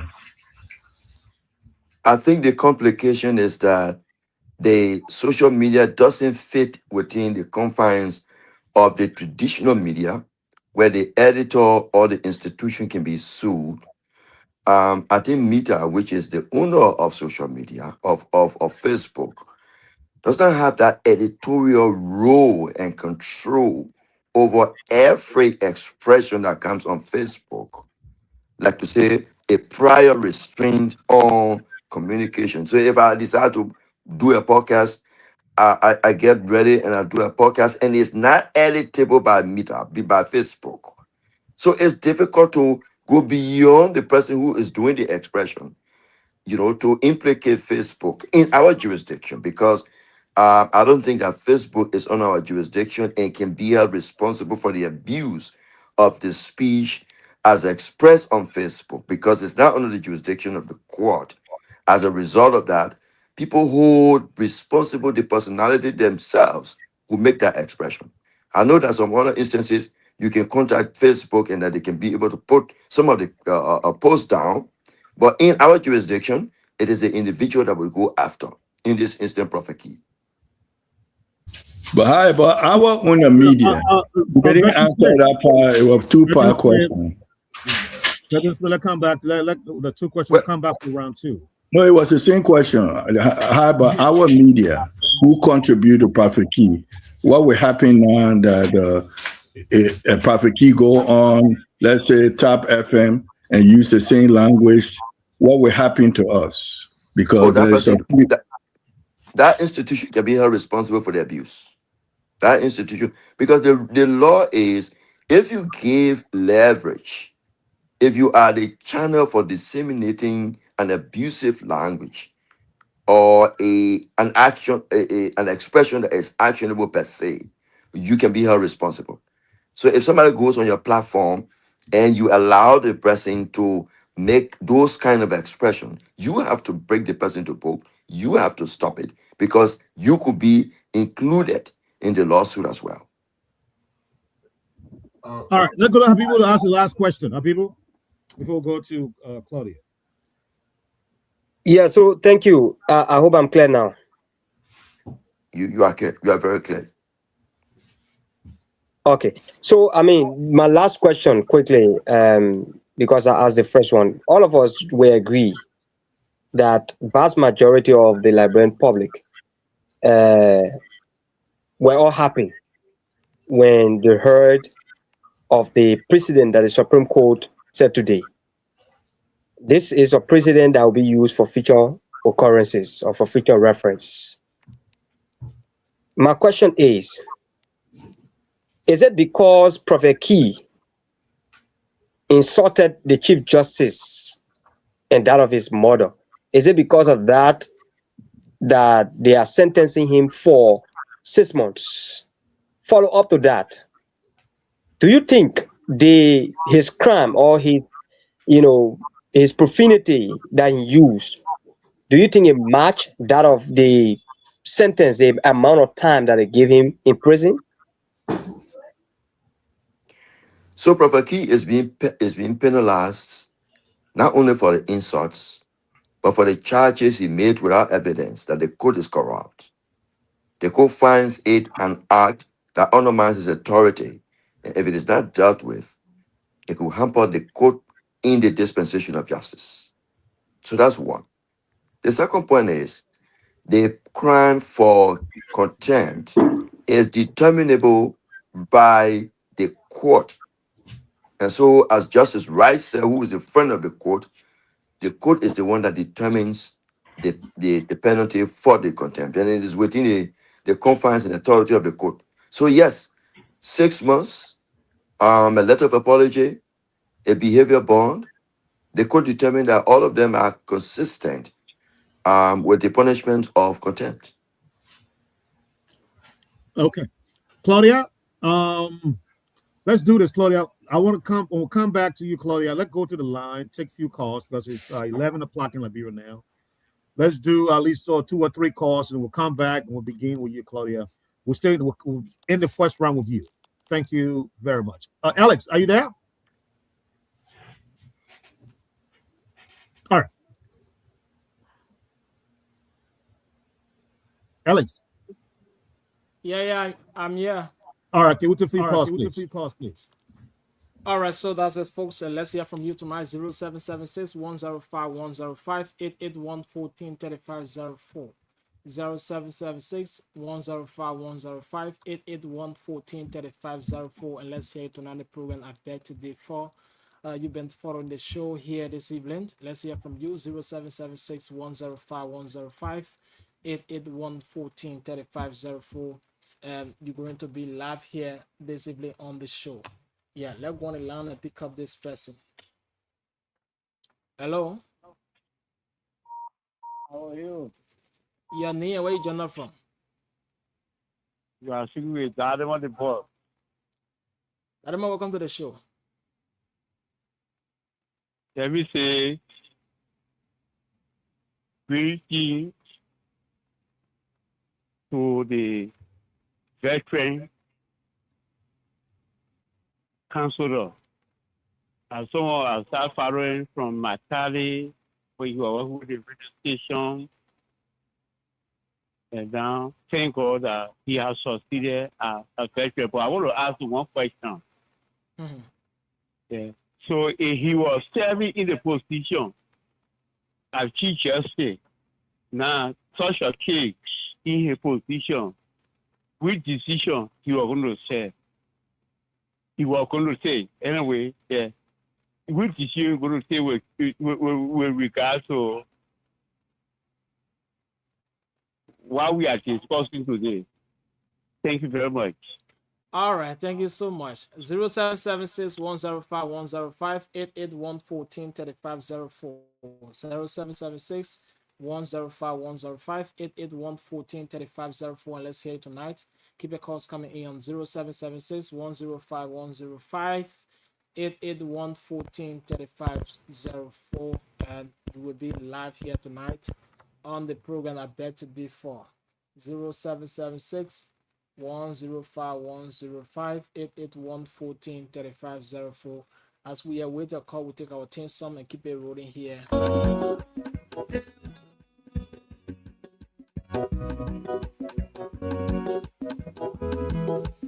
0776 105 105 881 14 3504. Let's go on the line and pick up this person. Hello. Hello. Hello. How are you? I'm doing well. Please, can you be audible small? How do you do? I'm doing great. Thanks for asking. Your name, where you joining from? I'm Moses Tuwagula from Grand GEDEH. I'm in Sweden. You have to come close to your phone, please. Hello? Yes, okay, now you can go ahead. Okay, thank you very much. Mm-hmm. This is today that went on. It was very good for the Liberian people because we need to set precedent on our leaders. It will not be good that our leader in power always insulting them. That will not be fine. And Okay. Prophet Key always doing this thing. He always doing it. He always on the left, insulting people, women more especially. Women that born you, then you insulting women. How do you came to the planet Earth? So it was wrong. So that decision is a precedent to the Liberian children. To all of us, it's a precedent for us. Let us guide by that decision today and let us move forward. It's very, very good for us. That will it will guide or it will even threaten other people who are in the habit of insulting leaders. So this decision is fine for us. Thank you very much. God bless you. All right. Thank you so much for being part of the show. All right.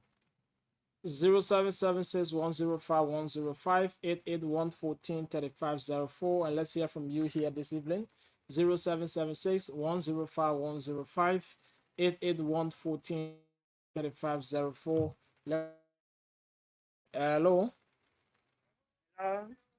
Yeah, your name, where you joining from? Can you please be audible for us, please? We are not getting you clear. My name is Matali. I'm calling from Kanto. All right, welcome to the show. Okay. Okay, they are saying, say, my contribution is, they are saying, say, Prophet G always call people, breathing people, you know, our Benin, they put in jail today. But people that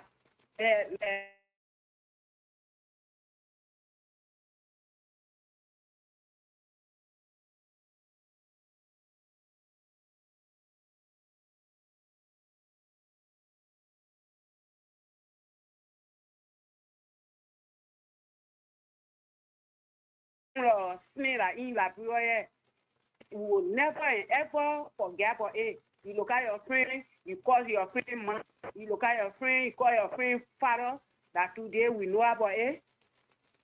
Okay. Thank you. All right, thank you so much for being part of it. 0776, let's go on the line and pick up this caller.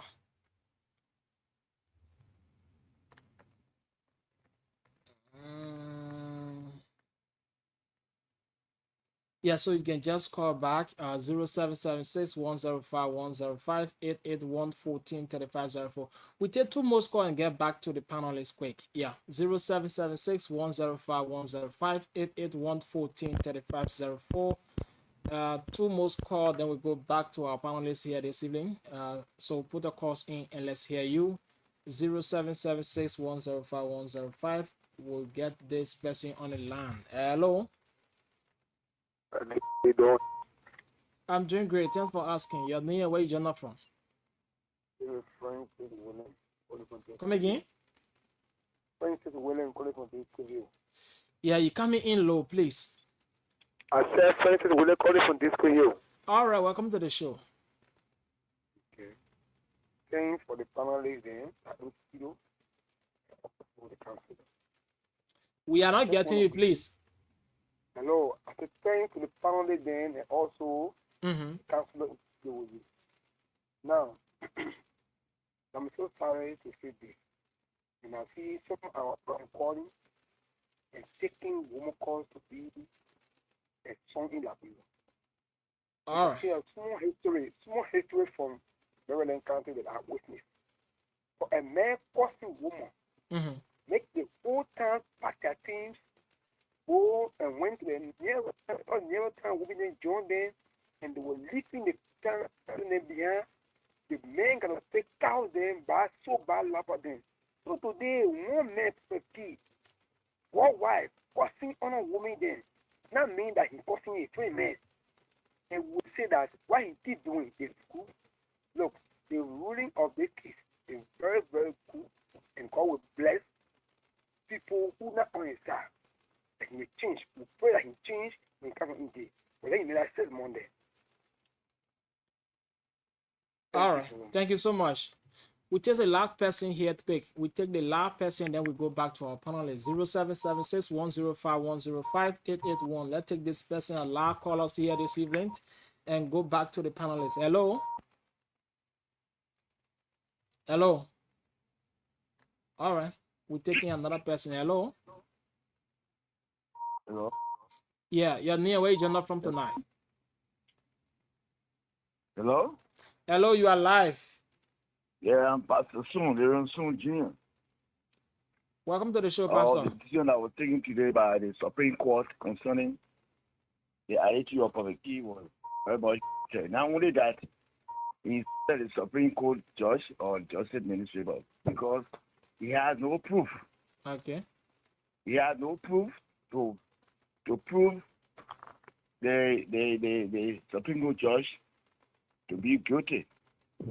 So they were intervening. It was because of that reason he was found guilty. But he couldn't prove a case beyond all reasonable doubt. Not because he only insulted him, but he said he has proof to prove the justice minister, the Supreme Court judge to be wrong, which he didn't do. So that decision by the Supreme Court was a very nice and fair judgment. Thank you. All right. Thank you so much. Thank you so much. Okay. So for those of you calling, we'd like to hold it there, go back to our panelists, and then if any other space, we're going to come back to you and take the second batch of the callers here. Yeah, so just hold it there. Let's get back to them. We'll get back to you, please. Yeah, don't go away. It's all right. It's back to you. Thank you, Alex. That was a beautiful, beautiful operation. Thank you so much. Thank you. So what we're going to do. Okay. Thank you, Alex. What we're going to do, Counselor, Alex, can you please mute? What we're going to do, Counselor, I'm going to go to Claudia, and then she will ask a question, and then you can respond to the callers while you're answering the questions. Mr. Ryder, I'm not getting you at all. Oh, gosh. Okay. Now, I need to go out and come back in. Okay. Yeah. Yeah. So, Council, I think what you were saying I'm was... not getting you, Mr. Wright. So are you getting me? Habibu, are you getting me?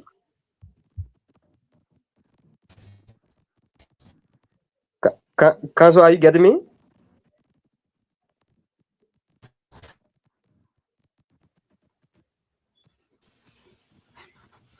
Council, are you getting me? Okay, Councilor, are you getting George Numbo?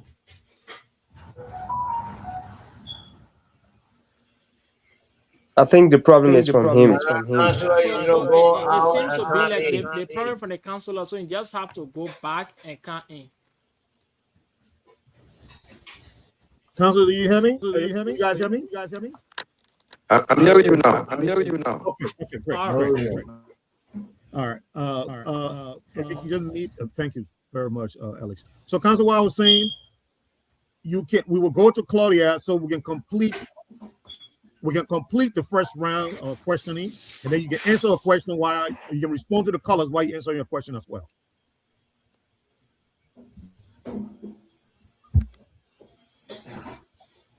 Did you hear me, Council?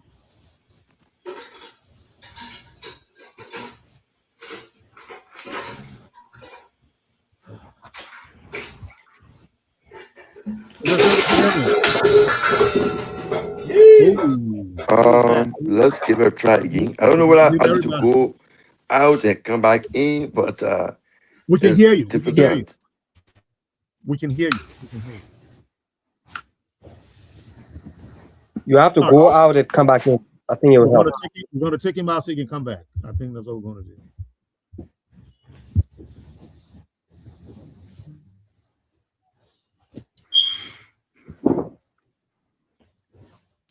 I think it will be it's an interesting topic, and I think we listen to all of the callers and expressing their opinions on what they think. Okay. Councilor, you there? Do you hear now? I don't even see Claudia. Yeah, she dropped too. So I think I can ask a question for Claudia. No, you're not going to hear tonight. Can I ask you a question? Councilor, can you hear us now?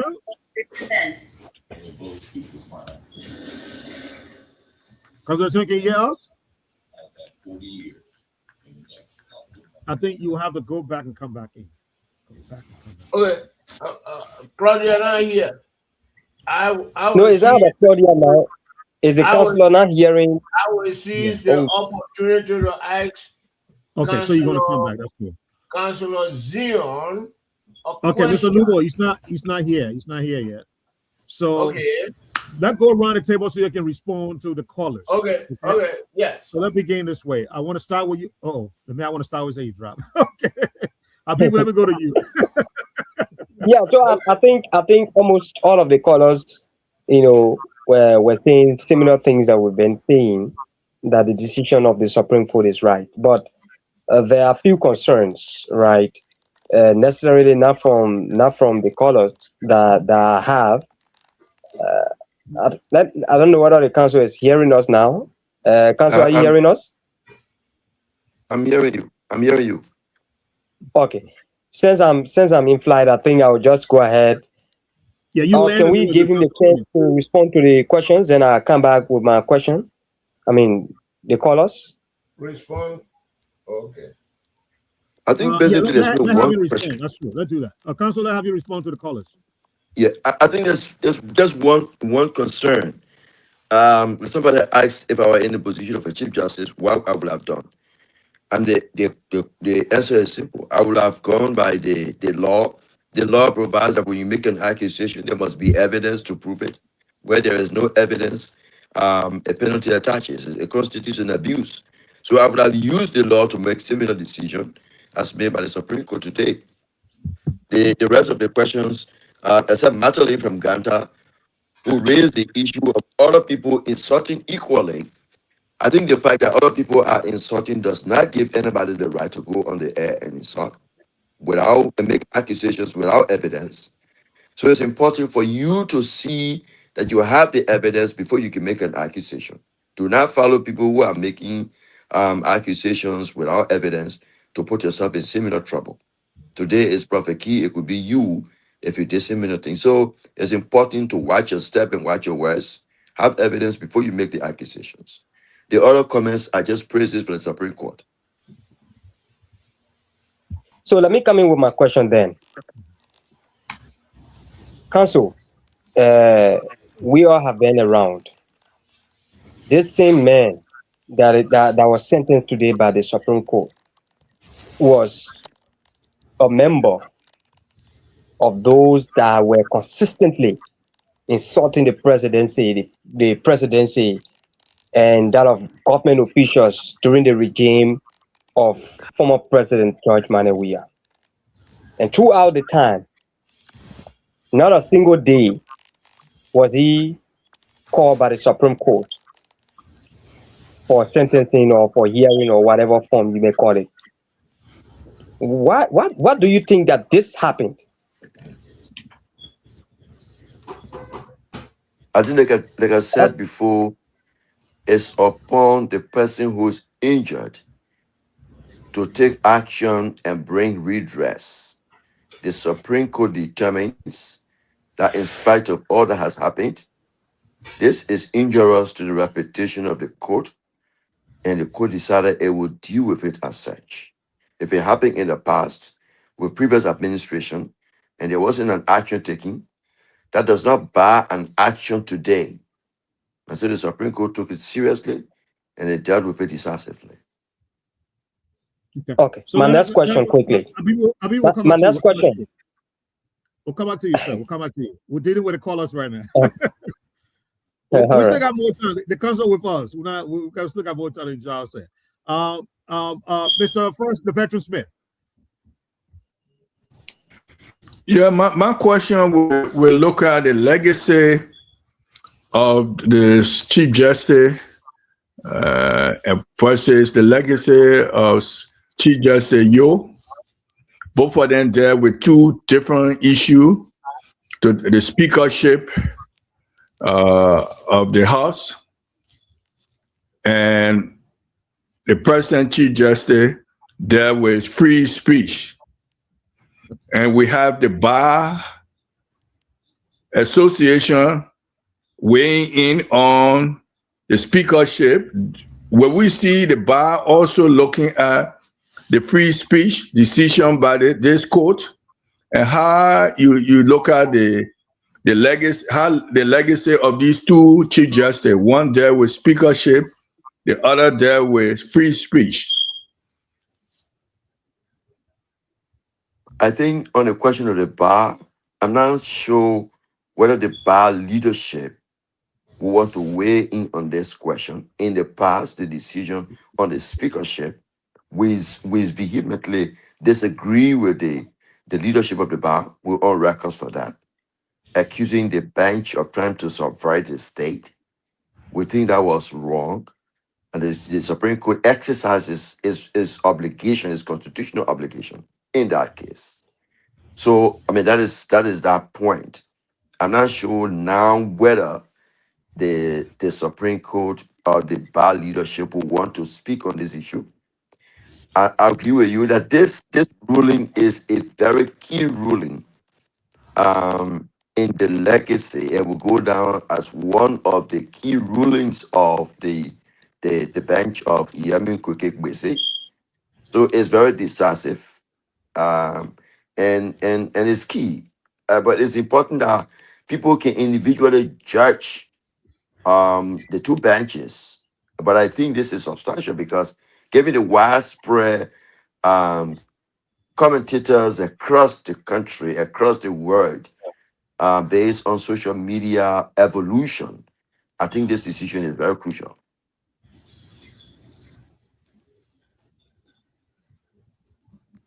Okay, let's go to you, Mr. Wright. We're going one question. You're going around the circle. We'll be able to get it going fast. Mr. Wright.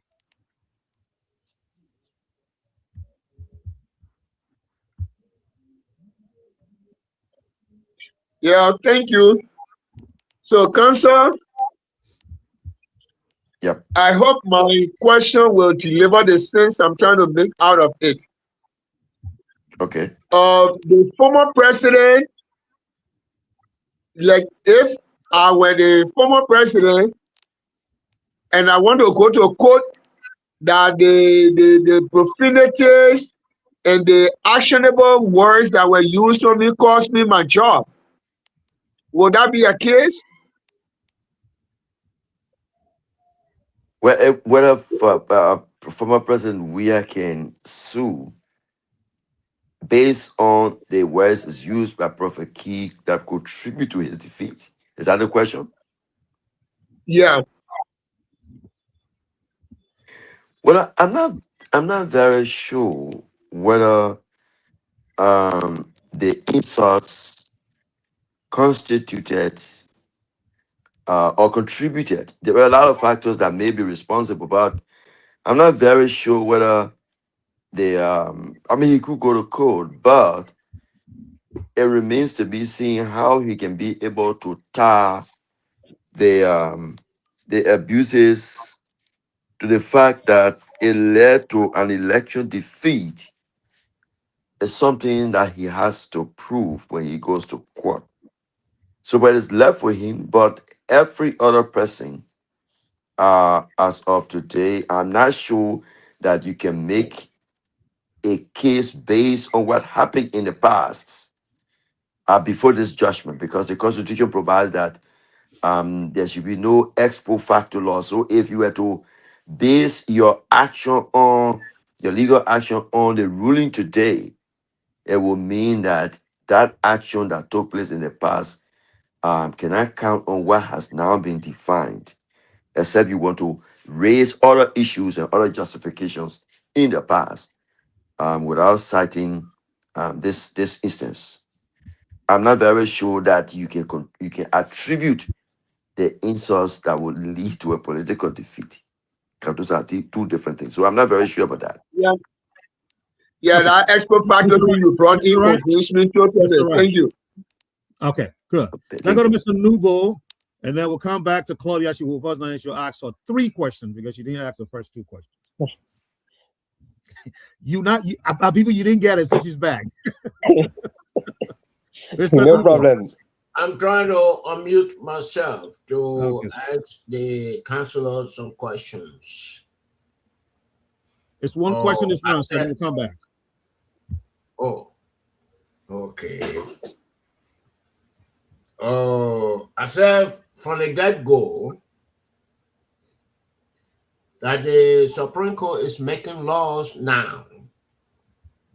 We do not have social media law, and that belongs to the legislature. And Councillor Zio is here supporting, anyway, he's a councillor supporting the decision of the Supreme Court.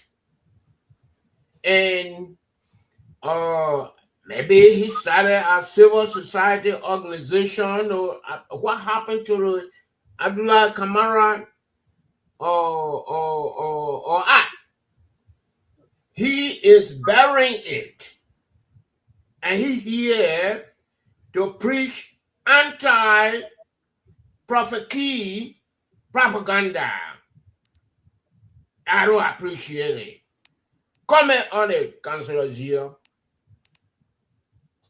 So the clear answer to that is that the Abdullah Kamara Act of Free Speech does not or did not deal with the question of contempt of the courts. The Abdullah Kamara specifically focuses on the penal code, the criminal malevolence against the president, seditious libel. Those are the areas the Abdullah Kamara law focuses on. Okay. As regards contempt, is within the confines of the court, and the court can exercise it. What we're talking about is to ensure that when you make an accusation, you must be able to provide evidence to defend it. In that absence, the law says you can be penalized for the abuse thereof. And that's what has happened in this instance. Okay, maybe I can do a follow-up if I'm allowed to do that. What did Prophet Key do that prohibited the court, the Supreme Court, of executing its functions? Tell me. 1, 2, 3, 4, 5, 6. So one, if you accuse the court and the judges of being corrupt, what you tell them is that when you take the case to court, you will not get justice if you don't pay them money. And what that does is that it lowers the confidence level that people have in the court. That the final arbiter of justice is the Supreme Court. Okay. And so if they are taking money, if they are corrupt, it means that they are not credible any longer to serve If they that are role, taking and that cartoons or undermines their journalists, authority. yeah, Sorry. go ahead. So it undermines their authority. It Okay. exposes the court to ridicule. Mm-hmm. So the court determines that this is wrong. But beyond that, this decision is not about the court alone. It's a decision of the people going forward. That if you make an accusation and accuse people of being corrupt, then you need to provide a piece of evidence to substantiate what you said. In the Okay. absence of that, then that constitutes an abuse. So it goes beyond the court. It's constitutional. What we are talking about is the demolition of properties in, I don't know, Zeta or what have you. It's not government property. It is not ministry of how they call it, defense property. Private individual. One day they issue evasion notice and they demolish all the place, all the place. Right. What did the Supreme Court say about that? That we said people should be evasion, should be evicted, not to demolish their properties. So the determination has to be made by the court that that makes a decision at the end of the day. And it's not on the basis of sympathy. But when you go on a piece of land, you must have a deed. That deed must be registered and probated. And that the law provides that the oldest of the deed is the one that gets the property once you have the same grantor. So there are laws that provide for the acquisition of property in this country. And in an instance where there is a dispute, it is the court that can be able to resolve those differences. It's not insult. It's not accusing the judges of being corrupt. Okay. I think we need So yeah, I'm sorry, God, my camera is giving me a problem. I see my in and out, but it's one question in this round, and then we'll come back again and people will ask. So Claudia, let's go to you. You did not ask the 2 questions in the first round, and now we're responding to the callers. So ask the 2 questions and your other question. You got 3 questions to ask in this round, and then we'll close up the first one and Right. move to the second. Go ahead. Thank you very much. Welcome, Mr. Counselor Zion. I'm so happy to have you here. I've ran across you a couple of times in the Thank field. you. This is Claudia Smith. I'm so overwhelmed right now because the panelists that we have on the show right now all think alike, think like me. They've asked pretty much all the questions that I wanted to ask. So I'm just going to summarize on the same question, probably in a different angle. Taking you out of your comfort zone, Counselor Zion, because you speak as an attorney. I want to hear you as just a critique to this whole situation as it relates to the 6 months, because I followed judiciary news pretty much for 9 years, and most contempt cases receive I haven't seen cases get more than 3 months. 6 months is like my first time seeing someone be held so long for contempt. And I want to know, do you think he got the maximum sentence that could have been given by the Supreme Court rather than what normally they give people 30 days in a contempt case? That's my first question. My second question would be, as it relates to why he was even charged for contempt, if it be related to the allegations of the judge being corrupt, is the alleged topic of which the judge is being corrupt on, the land case, is it already in court? Is it a case being proceeded presently? Because I know that when a case is in court and you try to like play around it, you can be held for contempt.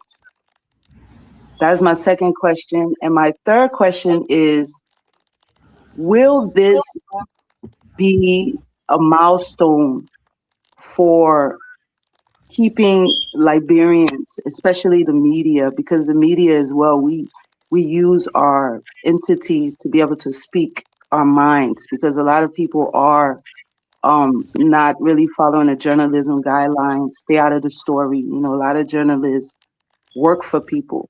So is this a milestone in setting a new beginning in controlling the way people talk, period? Whether you cuss in my cuss, whether you just talking insultive, whether you're trying to intimidate someone.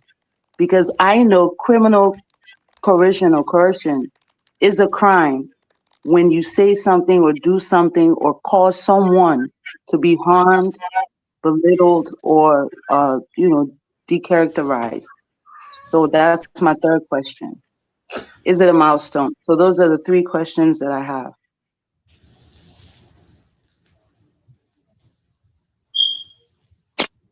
Sorry. Councillor? So yes, thank you.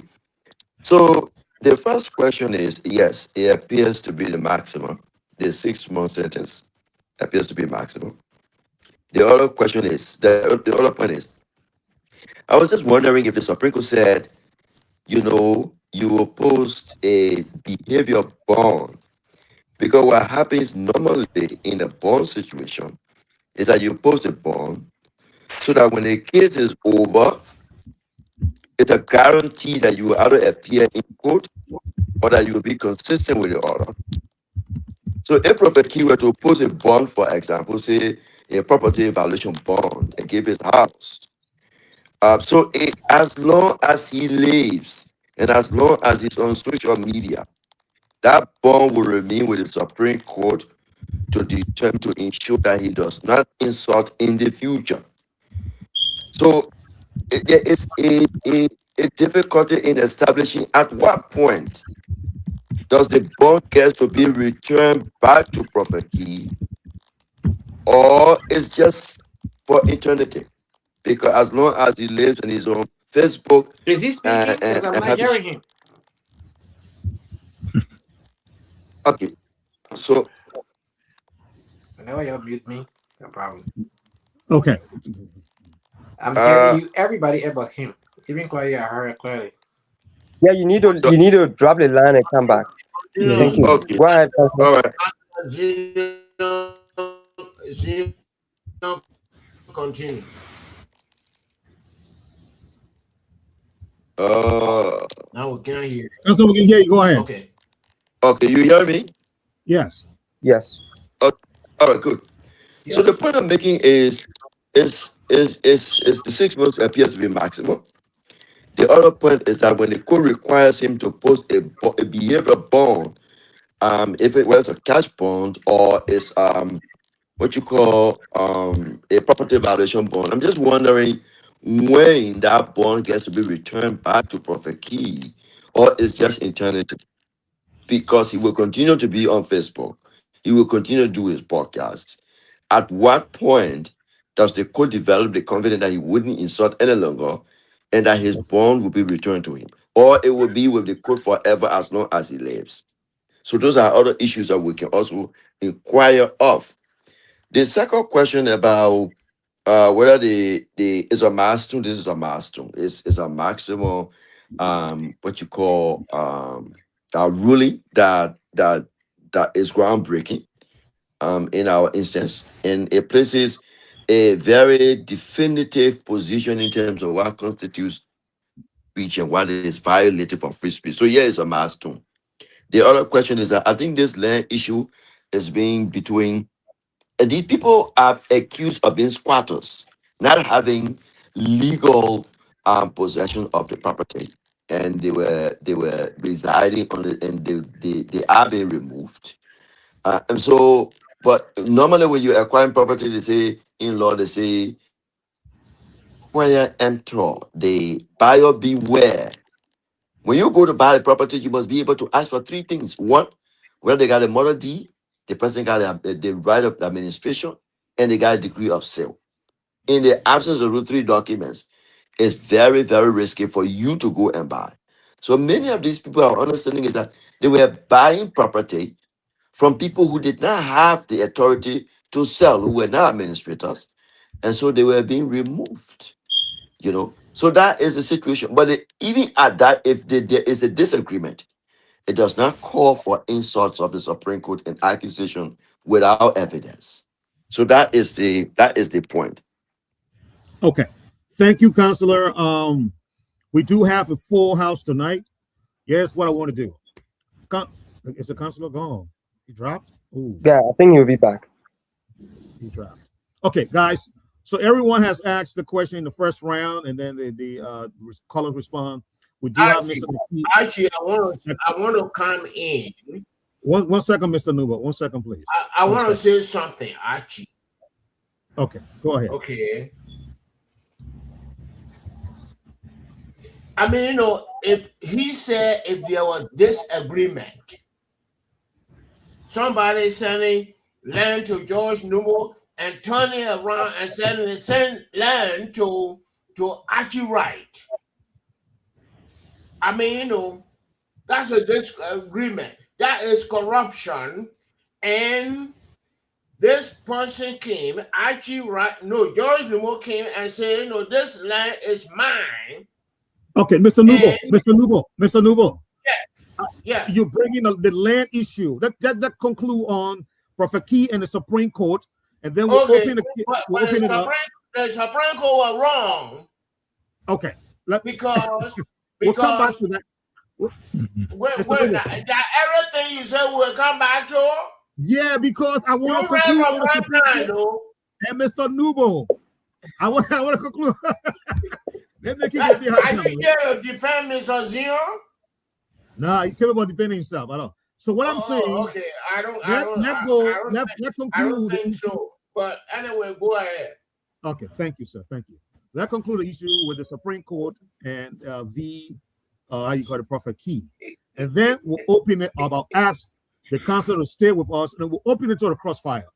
We will use the counselor here as our point of reference. Anybody says something here that is outside the law, the counselor will correct, or will go to him. He will say, whether it's correct or it's not correct. But we've got to keep the discussion going. So, counselor, please, I want us to conclude on Prophet Key and the court. Let's open the discussion up now to all the legal yamascata that happen in Liberia there. So please be our guide here on the conversation. I wanted to ask one quick question, very important, before we conclude on the case. You can't. Very important question. I'm sure you will like the question. We'll ask the question. We'll open the thing up to crossfire. Our red one's going to crossfire. We got 20 minutes to be here. The 7th. So let's do this. Before Alex leave and before the point Liberia start dropping off. I beg you. So, having said that, let's open this up to crossfire. At this point, guys, you know any topic you want to come in. And if you are free to interject, but we'll do it in a way where it will be providing education to our listener. And we have the counselor here to be able to guide us legally as we do this. So let's open the I have 2 questions. Having said that, what is your question, Habibu? Thank you. 2 questions quickly. No, 1 question. One. Yeah, you're choking me. I can't bring everybody. Yeah, the place is full. Okay, so let me ask a question regarding Prophet Key. Then I think the rest of the people, I'll just keep my question for another time. So, counselor, now Prophet Key is spending his first night at the Monrovia Central Prison. Is there any chance of him coming out? Because what I'm hearing in the corners, not confirmed, what I'm hearing in the corners is that hopefully next week, Prophet Key will be out. There'll be some influence. I don't know whether that's the right word to use.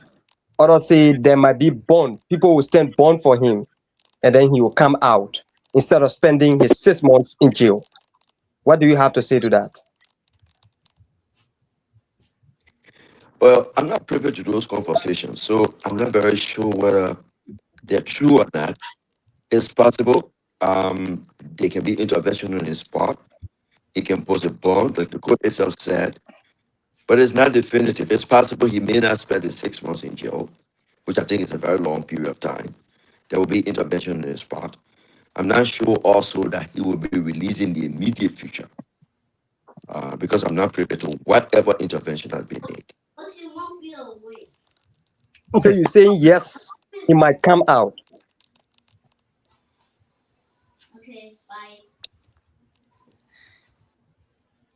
Counselor? Yes. Okay. All right. Let welcome Mr. Nure to the platform tonight. Mr. Nure, I believe this is your first time on the platform. Welcome. Good to have you. We're in Crossfire. This is a topic that anybody can interject while you speak, and we're allowed them to do so, but we're doing it in a way where we provide education and doing it in an orderly way. Anything you want to say based on the discussion you heard so far? Yeah, but point of correction, I think this should be my first time in recent days. But I've been on the back to default 2 or 3 times. What I've been asking. My bad, Yeah, sir. so My bad. Hope to see you continuously. Yeah, for the sake of others who don't know me, I'm John Akinire. I'm temporarily based in the UK, but I'm a GEDEH for Liberia. Well, my attention drew close to the show, listening to the counselors, how they call it, deliberation. I don't, not that I have a question, but I want to make a statement, and it's optional that he default with me. But in my opinion, I think the proceeding by the Supreme Court, I think it was out of order on 2 fronts. And basically, the first one is the fact that the Chief Justice dragged the rest of the colleague into the matter that didn't concern it at all. When Prophet Key had a podcast, 1, he insulted the Chief Justice mother. 2, he said the judiciary system was the most corrupt system. I thought within my mind that the Supreme Court, even if they want to punish him for the man cause, will use the allegation of the judiciary system being corrupt to invite him to substantiate his allegation rather than bringing on the basis of man cause. But even if we should take it on the basis of man cause, Counselor, the Prophet Key insulted the mother of the Chief Justice and not the Chief Justice himself. Right. What that means is the mother should be the one whose character will defend. Now, on our civil law in Liberia, defamation, in the instance of the Chief Justice and the mother, the Chief Justice can only take case on behalf of a mother in 2 or 3 circumstances. 1, if she's ill, which can be amounted to incapacity, that she does not have the capacity, which is if she's alive, she doesn't have the capacity to take on the case with how they call with Prophet Key, because it was a character that was defamed. She was insulted, not the Chief Justice. Right. If she wants her son to take on the case for her, she has to issue a power of attorney to the Chief Justice and say, "You, my son, take the case on behalf of me." In this instance, is the Chief Justice mother alive? If she's alive, was he authorized through the power of attorney to take case on behalf of his mother? That's question number 1. In scenario number 2, now come in 1 second, let me charge before I can. So in scenario number 2, defamation that there's absolutely no point whereby that he's authorized to take case on behalf of his mother who's dead. And there's a legal Latin common law which is basically accepted in Liberia, and I stand to be corrected. That is called the Actio Personalias Morita Cum Persona. What that means is a personal right of action dies with the person. What that means is the right you have as a person, once you die, your right go with you. So if it is wrong to insult someone when that person is dead and that person is insulted, the fact that the person is dead, the person has no right. So if the Chief Justice mother is dead, there's no right wherever that the Chief Justice can take case on behalf of his dear mother, and I stand to be corrected on that. So I think on these two counts, that one, only the chief, assuming the Chief Justice was insulted, it was not the entire court there was not the entire Supreme Court bench that was insulted. So okay, Mr. Nero, they have the councilor chime in. Okay. All right, cool. Thank you, Mr. ARCHIE. Made a good point. Am I supposed to? I can intervene immediately. Yes, yes. Okay, so I do agree with you that the case of insults, there are no complainants before the court, and as a matter of fact, the Supreme Court does not take evidence. So if somebody complained to the Supreme Court, that case would not be pending before the Supreme Court. I think the emphasis is on the allegations of the corruption, and the Supreme Court used the allegation of corruption to address the perennial issue about the insults that Prophet Key spews out on a daily basis. But it's also important on a daily that basis. if you make a general accusation about the Supreme Court, or not the Supreme Court, the judiciary, the Supreme Court is the embodiment of the judiciary. And so the Supreme Court invited him. He did not provide evidence in that instance. He offered apology. He said he was sorry. That did not constitute an evidence. So he was guilty. So he was penalized. But I do concede the point that if his mother was insulted, it's not the Chief Justice. The mother then needed to take an action. That crossfire though, but it was not about allegation of corruption. ARCHIE. See that? Okay. John, repeat yourself. He didn't hear you. Who's coming in now? We've got like, are you hearing me? Yeah, we are. Yes. Okay. No, what I'm trying to say is the citation that went to Prophet Key said, "Come." Like, are you hearing me? Yeah, I'm hearing you now. The citation that went to the Chief Justice. I'm going to mute the people who are not talking. Insulting the Chief Justice, man. They omitted the part of the allegation of corruption. I made myself.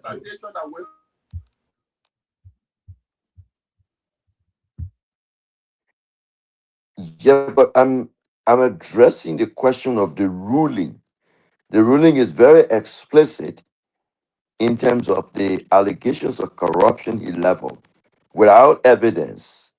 That's why I'm also making references. So while the citation may be emphasizing the insults against the Chief Justice mother, the ruling speaks directly to his accusation of corruption against the bench without evidence in this instance.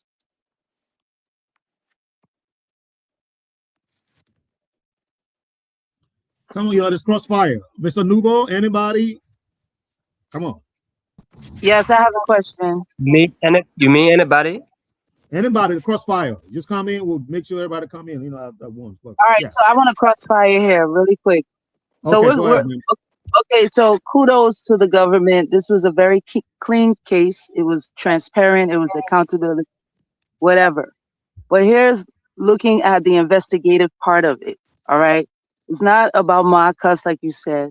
And I like what John said. One judge dragged every other judge into this case to pretty much, put a case over Prophet Key's head. The question is, what did we learn from this? What did we learn about Prophet Key, apart from his name being Justin, apart from him being a blogger, always chanting on social media? What else did we learn from this? Does he have someone that is sponsoring him to be this Prophet Key guy? Are there people leading him? Is he being paid? Is he on anyone's payroll? Because I'm sure the judiciary has investigated him. And also, what did we learn from this in terms of this land dispute? Was there anything that did link the judge to maybe this alleged accusation by Prophet Key? Because could this be a way of keeping him quiet, keeping everyone quiet as it relates to this land dispute, because land disputes are something that is very, very serious in Liberia. And if you go around many, many counties, you see that a lot of lawmakers and other political aligned people are buying land from people who have already brought their land and winning cases because they have power. So is both of these things being investigated, and what was the result? What do we know about Prophet Key? That's my question. It's like two in one.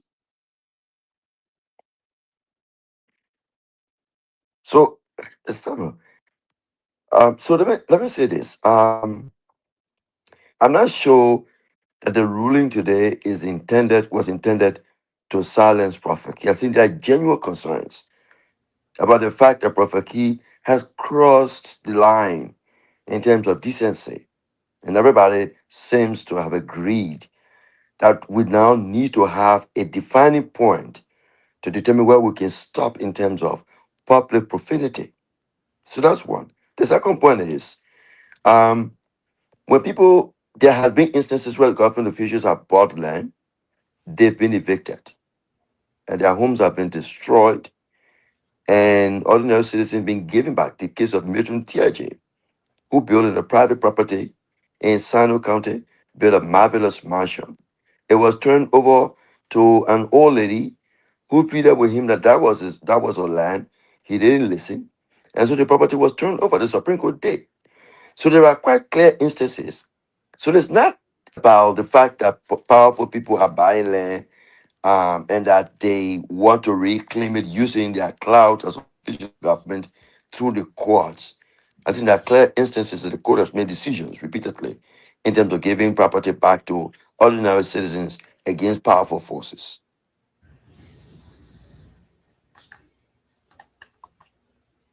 Okay, thank you.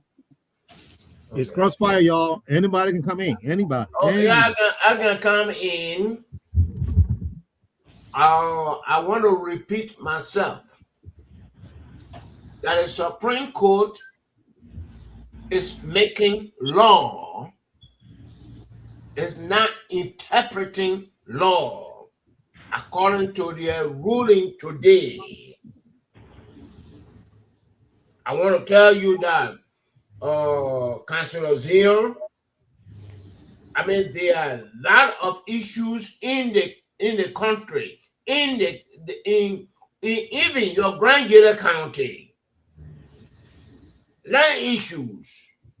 We have the Land Right Act. I mean, which of the court is respecting that?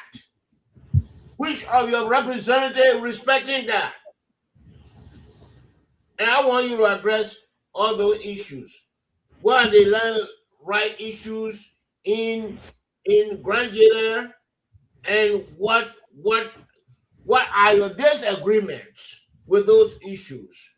We have the Burkinabe, we have district representatives, district or administrators giving our land.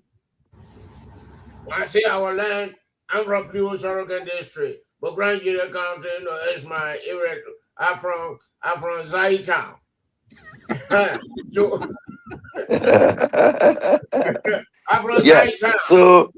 So I agree. I agree. I mean, you are here trying to defend the Supreme Court for their wrong decision and trying to defend. I don't know what other people you want to defend, but respond to my question. Yeah. Well, but thank you very much.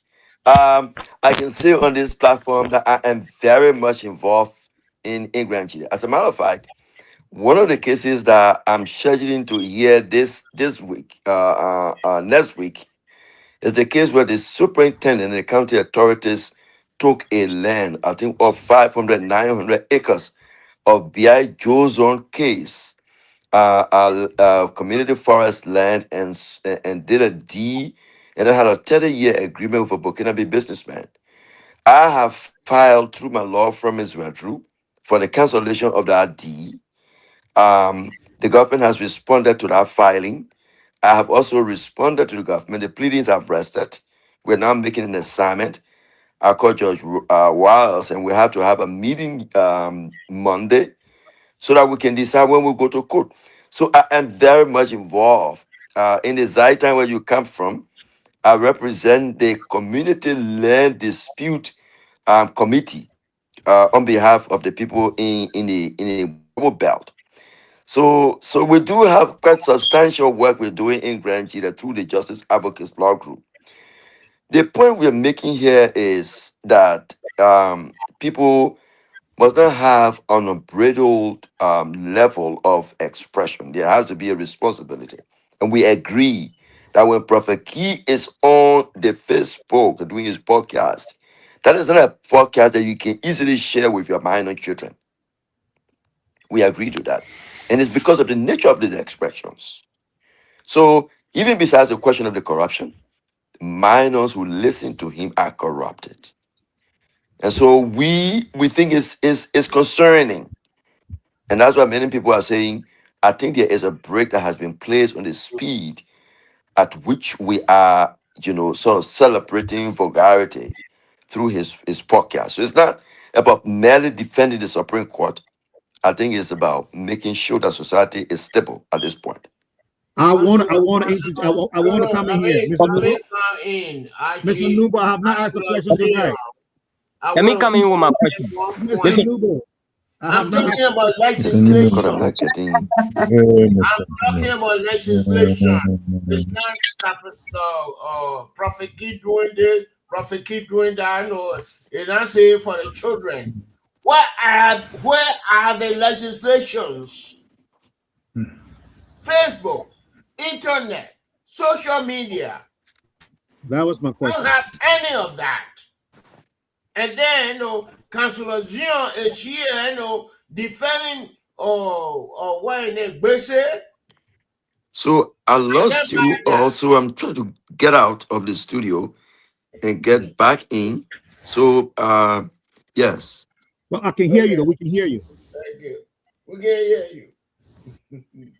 I can hear you clearly. Okay, so that's a legitimate question you asked. Let's keep talking about it. Why the counselor is coming back in studio. And I wanted to share a learning. You guys not hearing me? Because it's like Actually, I'm hearing you. Okay. We are hearing. I wanted to differ with Mr. Nuba a little bit. Okay. All right, yo, hold on. I'll bring the counselor back cool, in. Habibu. Okay, we have the counselor back. Right. All right. I think Veteran Smith is going to bed. Yeah, he's been very quiet tonight. I don't know why, but we got him anyway. He's still with us. Okay, Councilor, I think we can hear you now. Go ahead. Welcome back, Councilor Zion. Yeah, no, so I was just responding to the comment about involvement and whether we were defending the Supreme Court just out of the mere association as a lawyer. I know, but this is not. There have been instances where people have disagreed with the Supreme Court. They have the right to disagree. Right. Many people have agreed in this instance that Prophet Key has crossed the line, and we do agree that he's made accusations without evidence, without backing them up. And so there is a need to put a check on what is happening. And like I said, we do have a tremendous level of weather we're doing across the country. So it's not only in Grand GEDEH, but as we speak tomorrow, we're having like a mass meeting of people in Marshall, over 1,800 acres who are being evicted. I am representing them. We're having a meeting. We're preparing to file a writ of prohibition. Most of these people have never been served, didn't represent themselves in court. A default judgment has been ruled against them, and their property are threatened. So I'm making a representation. So we are involved in trying to give life to the land rights law and to defend people whose properties are at stake. But it doesn't take insults, it doesn't take accusation, to address these issues. It has to be through the law. Okay. You have Okay. you have No, perfect. hold on, Mr. Nuba. Let's bring in the veteran Smith. You've been very quiet tonight. Veteran Smith My sleeping. my only part of the crossfire would be the the the judiciary have said ruling, and people are questioning the ruling.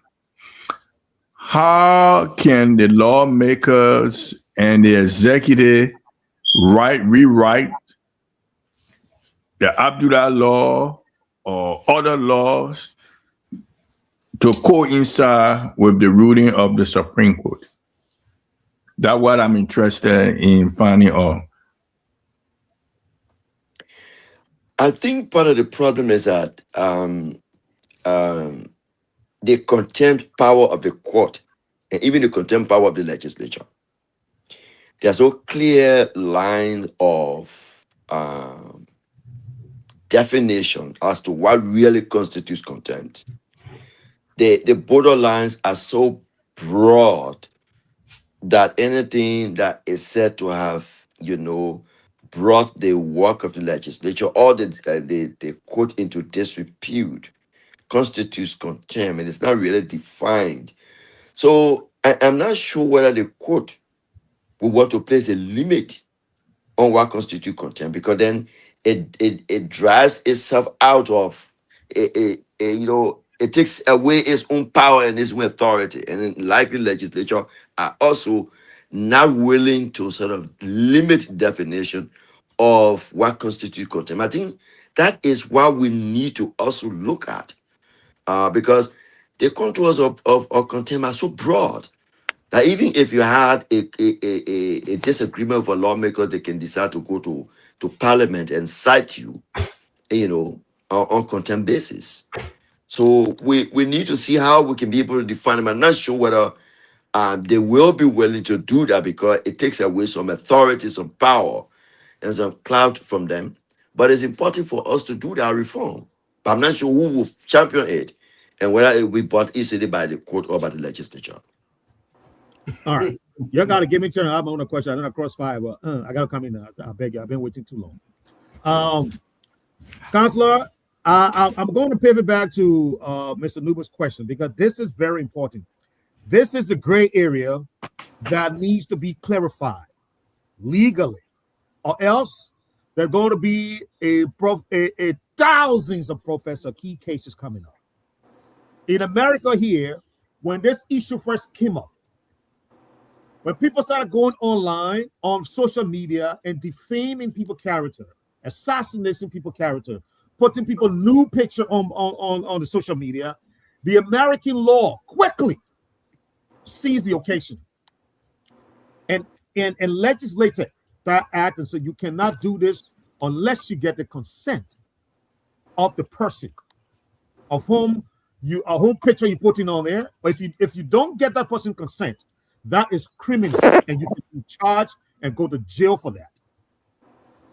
Can the Liberian? Oh, okay. I thought the council left. I'm sorry. Can the Liberian legislature get ahead of this thing instead of then dragging the feet on the council? I mean, no one should be telling them that we don't have a law on the book. You are gone. You are gone. I'm not getting you at all. Oh my gosh. Okay. Can somebody help me to just? But are you hearing? Are you hearing me? What he's saying is, councillors here, what he's saying is that can the legislature get to get at a point where just the same question I brought to you about coming up with the law in this matter, than just standing by and let the judiciary set the bar? Yeah. So this is my answer to that. I think our laws are not very progressive as those in America, but as common law jurisdiction, we can always borrow legislation. We can borrow law from common law jurisdiction and adapt them in Liberia for the adjudication of cases. So, for example, if there is a ruling of the court in the states, and there's an application of a law that we don't have as a legislation, or the Supreme Court in this country has not ruled on, we can borrow that law, in our jurisdiction and cite it as a point of reference in making a specific point. So yes, we can build on the U.S. system as a way of moving forward. But our laws are not very progressive. We're not moving, internal with the fast speeding social media explosion across the world. And that's something we need to concentrate on. But it's very important. Okay. So with regard to the crossfire, I have two key things that I want for the councillor to address. One, councillor, I started following a little bit of this issue of, I don't know whether it's cyber crime or whatever that is coming up. If you are aware of it, how far is it?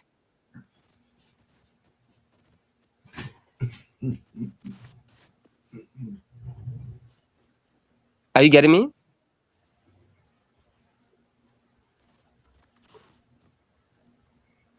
Am I Mr. clear? Zia, Yes. Yes. he asking the question about cyber crime.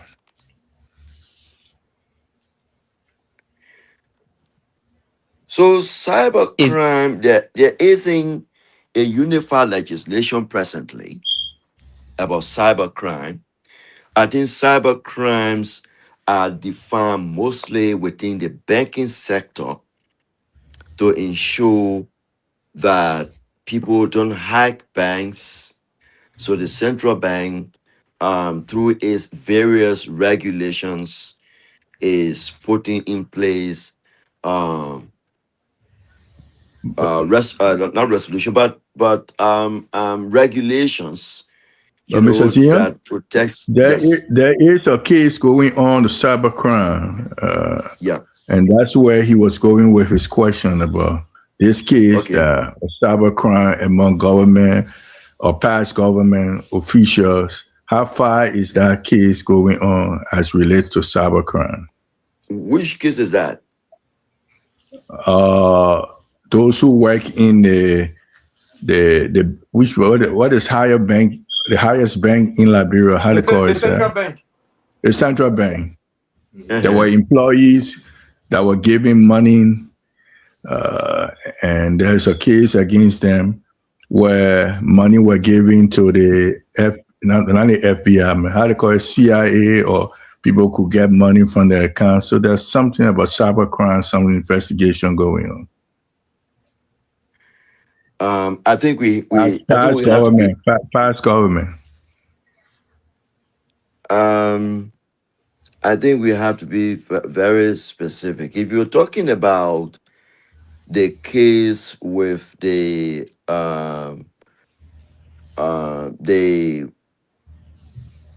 what you call it, there is an agency of government responsible for money laundering. So Habibi, is that where you're going with your question?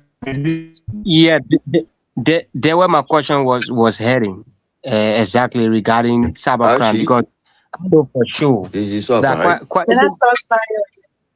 even quite recently, yes, please, there were about 8 Chinese nationals that were arrested for trying to hack, Can you go, please? I think the Orange GSM company. They were arrested, for trying to hack the company account.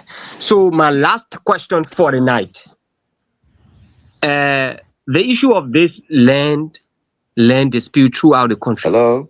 Anyway, you go, land. Can you hear him, Mr. Zia, Councillor Zia?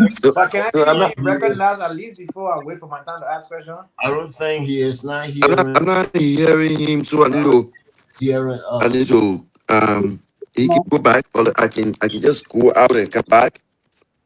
Because I'm not hearing him.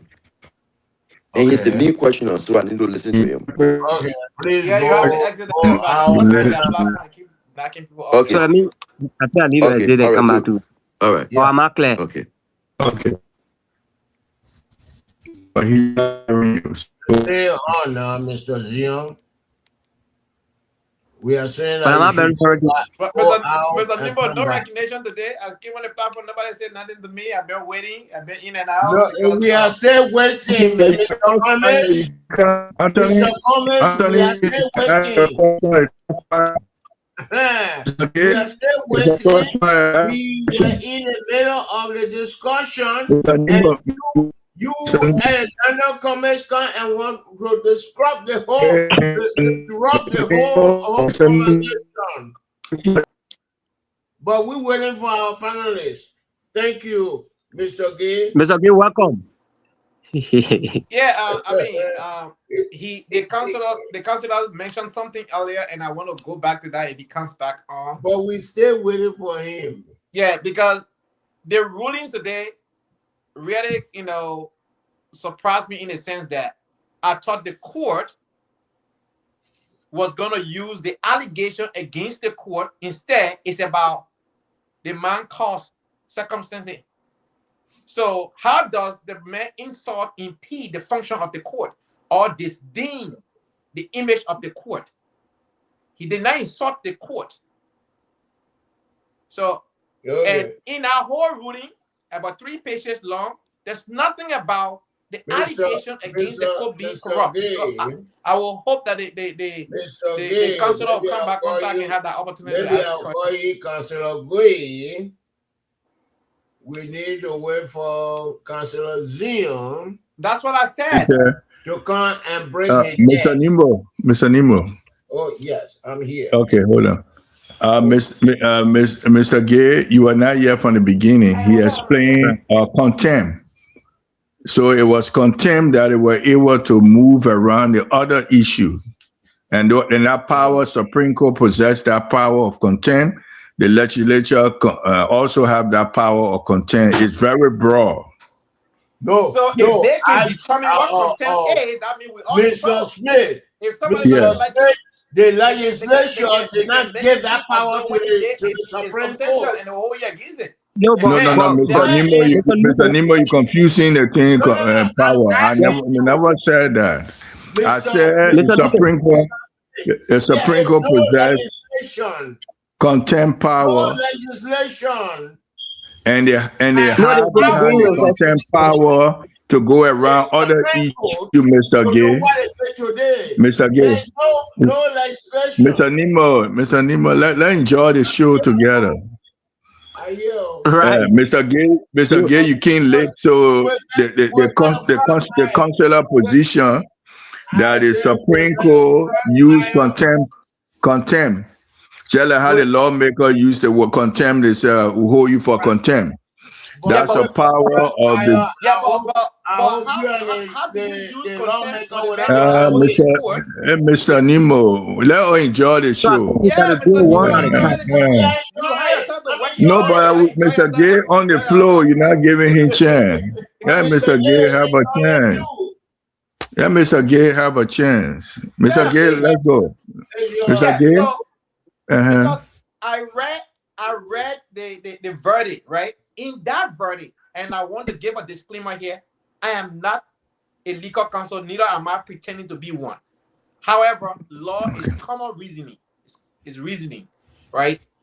In the ruling that sentenced Prophet Key to the 6 months, said that Prophet Key's behavior belittled, one of the words that they used there, belittled the court to an action disdain the court, right? My question here as a layman is, and I am by no means endorsing his colorful language towards the Supreme Court Justice Mother and other people that he has insulted in the past. However, common sense here now is saying to me, the court is saying his action impede their functions, his action belittle the court, his action disdain the court, the integrity of the court. However, they did not hold him responsible for accusing the court of being corrupt, but rather holding him for the abusive language. Okay. So okay, Mr. Now, Mr. Gay. Let me conclude with this so you can come in. Mr. Zion can respond to that. Yeah, my second question has to do with No, look, before you go to your second question, let him answer your first question. Mr. Zion? Yeah, but How you can about answer the second question, then you can answer both of them together, please. Okay. Yes. So my second point here is the Chief Justice was the plaintiff, the judge, and the prosecutor at the same time. Okay. Why didn't he recuse himself so another associate justice to take on that responsibility? That is my concern. Okay, Mr. Zion, can you answer I think Mr. Gay's question? Sure. Well, Mr. Gay, that is the nature of a contempt hearing. In a contempt hearing, there is no other complainant. I can't hear how it didn't come back. Yeah. One of you should come back. Yeah, okay. Yeah. I'm hearing everybody, so he's coming back. But do I need to wait for him before I answer? Intended for him. I won't want him to ask that same question. He was not here when you went over some key facts, Yeah. So I hope he come back shortly. Or another question can come up, then maybe you can respond to him when he come back. The case we're talking about. He back. Okay. All right. So Mr. Gay, the question is, the issue is, in a contempt hearing, there is no any other complainant. The contempt is instituted is against the court or against the legislature, and it is the court that takes on the investigation because the court is the one that's injured. So there's no any other part. Yeah, but the man did not hurt the court. The man hurt one person. So the point is, the point is, it's a person. He's not the court. Okay, Mr. Gay, let Mr. Junior finish. Okay. So the point is, if he says the judiciary is corrupt, if he says the Supreme Court is corrupt, and then on his other side he would insult the mother of the Chief Justice. The Chief Justice embodies the entire judiciary. He embodies the Supreme Court bench. It is the basic bench as we speak. So Councilor Yami Kwekwe is not separate from the Supreme Court bench. He embodies it. He's the Chief Justice, so he will have to preside. So in the nature of contempt is that you're injuring the court, you're injuring the legislature, and the person who is injured, the group that is injured, is the one who caused you to say why you couldn't be held in contempt. So you justify before them. That is the nature. Because if the court recuses itself, who then brings a complaint on behalf of the court? So that is the nature of contempt hearings. Can I say something if I may? Please. I think Prophet Key made a big mistake by allowing a public defender that worked for the government to represent him. The public defender will not go against the Supreme Court. He wants his job. And so he's not even going to say anything. He coerced Prophet Key to say sorry and kneel that before the court.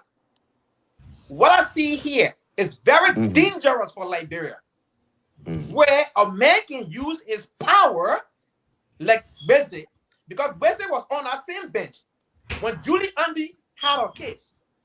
He didn't say anything. Beze was on that bench. Did when Judy two Andy, people got Judy mad. Andy file her case to the Supreme Court? Yeah, no. but I know she didn't file a case to the Supreme Court. But somebody also used the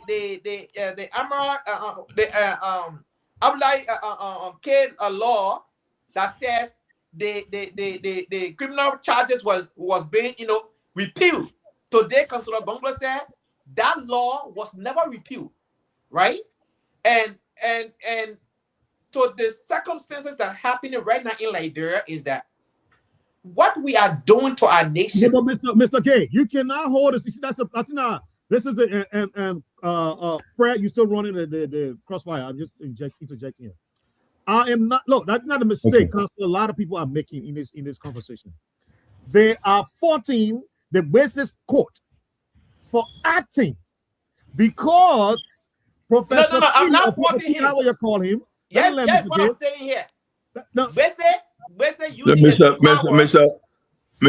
Gay, let Mr. Wright continue.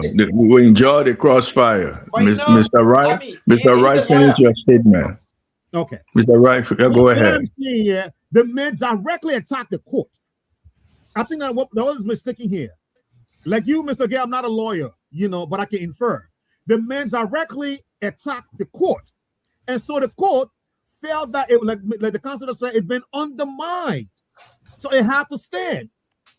All right. Granted, so then why did he charge him? Why did he charge him for accusing them of being corrupt? They only charge him for malpractice. If I were the plaintiff, charging for Mr. Nemo, wait. Mr. Nemo, wait. Wait, Mr. Nemo, you will come in. You will come in. Who was the plaintiff? Okay. Mr. Nemo, wait here. So, Mr. Aji, are you finished with your point, Mr. Aji? My point here is, I mean, they're saying, it happened to this person and this person, if nothing happened. And why is it the Supreme Court now is acting? The Supreme Court is taking, is putting itself above the law. I don't think so. I don't think so. And Mr. The Chief Justice was very, very careful. He said, listen to the guy when you're talking. The first time Prophet Key appeared in court, I have nothing against the court. I have nothing against Prophet Key. Prophet Key attacked the court. And we all said we have our lawyer. He's going to bring his lawyer. Who are we now that have their lawyer? My man, the public defender, man. Okay. Okay. Mr. Zion. Councilor Zion. The crossfire is true. Councilor Zion. Councilor Zion. Yes, We are confused on the line that Mr. Gay is saying. Mr. Gay, hold on. Mr. Gay, hold on. Mr. Said that Prophet Key made a mistake by taking a public defender. You agree with what Mr. Gay is stating, that the mistake came from taking a public defender? If you are asking Mr. Nemo, Mr. Nemo, hold on. Mr. Nemo, hold on. Prophet Key stated that he did not have a lawyer when he appeared on the first day. The law provides that whenever you go to court and you don't have a lawyer, they give you a private defender. What the government pays for. So it is that lawyer that he was assigned to who will provide defense for him because he did not have a lawyer. Okay, so we clarified that point. So, but let me say this. Let me say this. Mr. Gay, hold on. Mr. Gay, Zion, Councilor Zion, go ahead. Mr. Gay, if you said he made a mistake by taking a public defender because the public defender would have to disagree with the Supreme Court. If you look at that case, you don't have to be a lawyer, for example. If you look at that case, what is the point of defense for Prophet Key? What would be the issue? Yes, the point of defense I'm going to raise. Yes, the point of defense. In this particular case, the ruling of the Supreme Court did not capture the accusation levied against the court. The ruling, the 3-page document, only capture the invective against the Supreme Court justice. No. The court said, there is a difference. There is a difference between saying the court is wrong and saying the court is corrupt. Is in the ruling? I'm quoting the verbatim. So if you there's a difference to say the court is wrong in the way it's handling the matter. But if you say the court is corrupt, then it has to be back by evidence. Maybe I didn't see that part. If the court is wrong, they say he could have said the court was wrong instead of saying the court is corrupt. Maybe I didn't see that part. I'll go and check it out. But my point I was trying to make. My point I was trying to make on this Mr. Nemo, is that hold on here. Mr. Nemo, wait. Mr. Nemo, I will never speak to any woman or any person in our right? However, I'm only advocating for free speech. And what I've seen here is that the manner in which this is an unprecedented case in our nation. We never had this thing before. This is something new, right? The nation has we have had this. I said before, as far back as 1861, This court 1861 or said, 1861? I say 1861. Okay. This Yeah. court Okay. said that words that are actionable per se do Okay. not need additional evidence for you to be able to secure a verdict in court. So, for instance, you told somebody say you're corrupt, you're a criminal. You don't need any other definition to determine that as a negative word. Does The it court made that require decision since criminal 1860. court or civil court? Well, if you make an accusation and accuse somebody of corruption, they can bring charges of defamation or libel or slander against you in the civil law court. They can bring charges against you in the civil law court. But this time around, it was done against the Supreme Court. So henceforth, the Supreme Court charged him for contempt. Nobody is Exactly. supposed to come and be punished because the Supreme Court is Exactly. the one that said, come and answer why we should not hold you in contempt. So you expect a different Exactly. person to come and be the plaintiff. It does not work No. that way. So I want us to, Virgin Archie, I want us to take it into consideration that in Liberia, we have currently the time is 12:28. I just hope we know that. Sunday, thank God it's Friday, and you're resting tomorrow. Anybody here have to do something tomorrow? There is no I mean, resting in Liberia. I should be concerned about. I Tomorrow, should be concerned about our special guest, the counselor. But if the counselor willing to be with us, I think we should just roll on. I think the counselor is willing to answer our question. So, except I'm not Alex, if Alex want to go. All right, you gotta hear from Alex. What Alex said.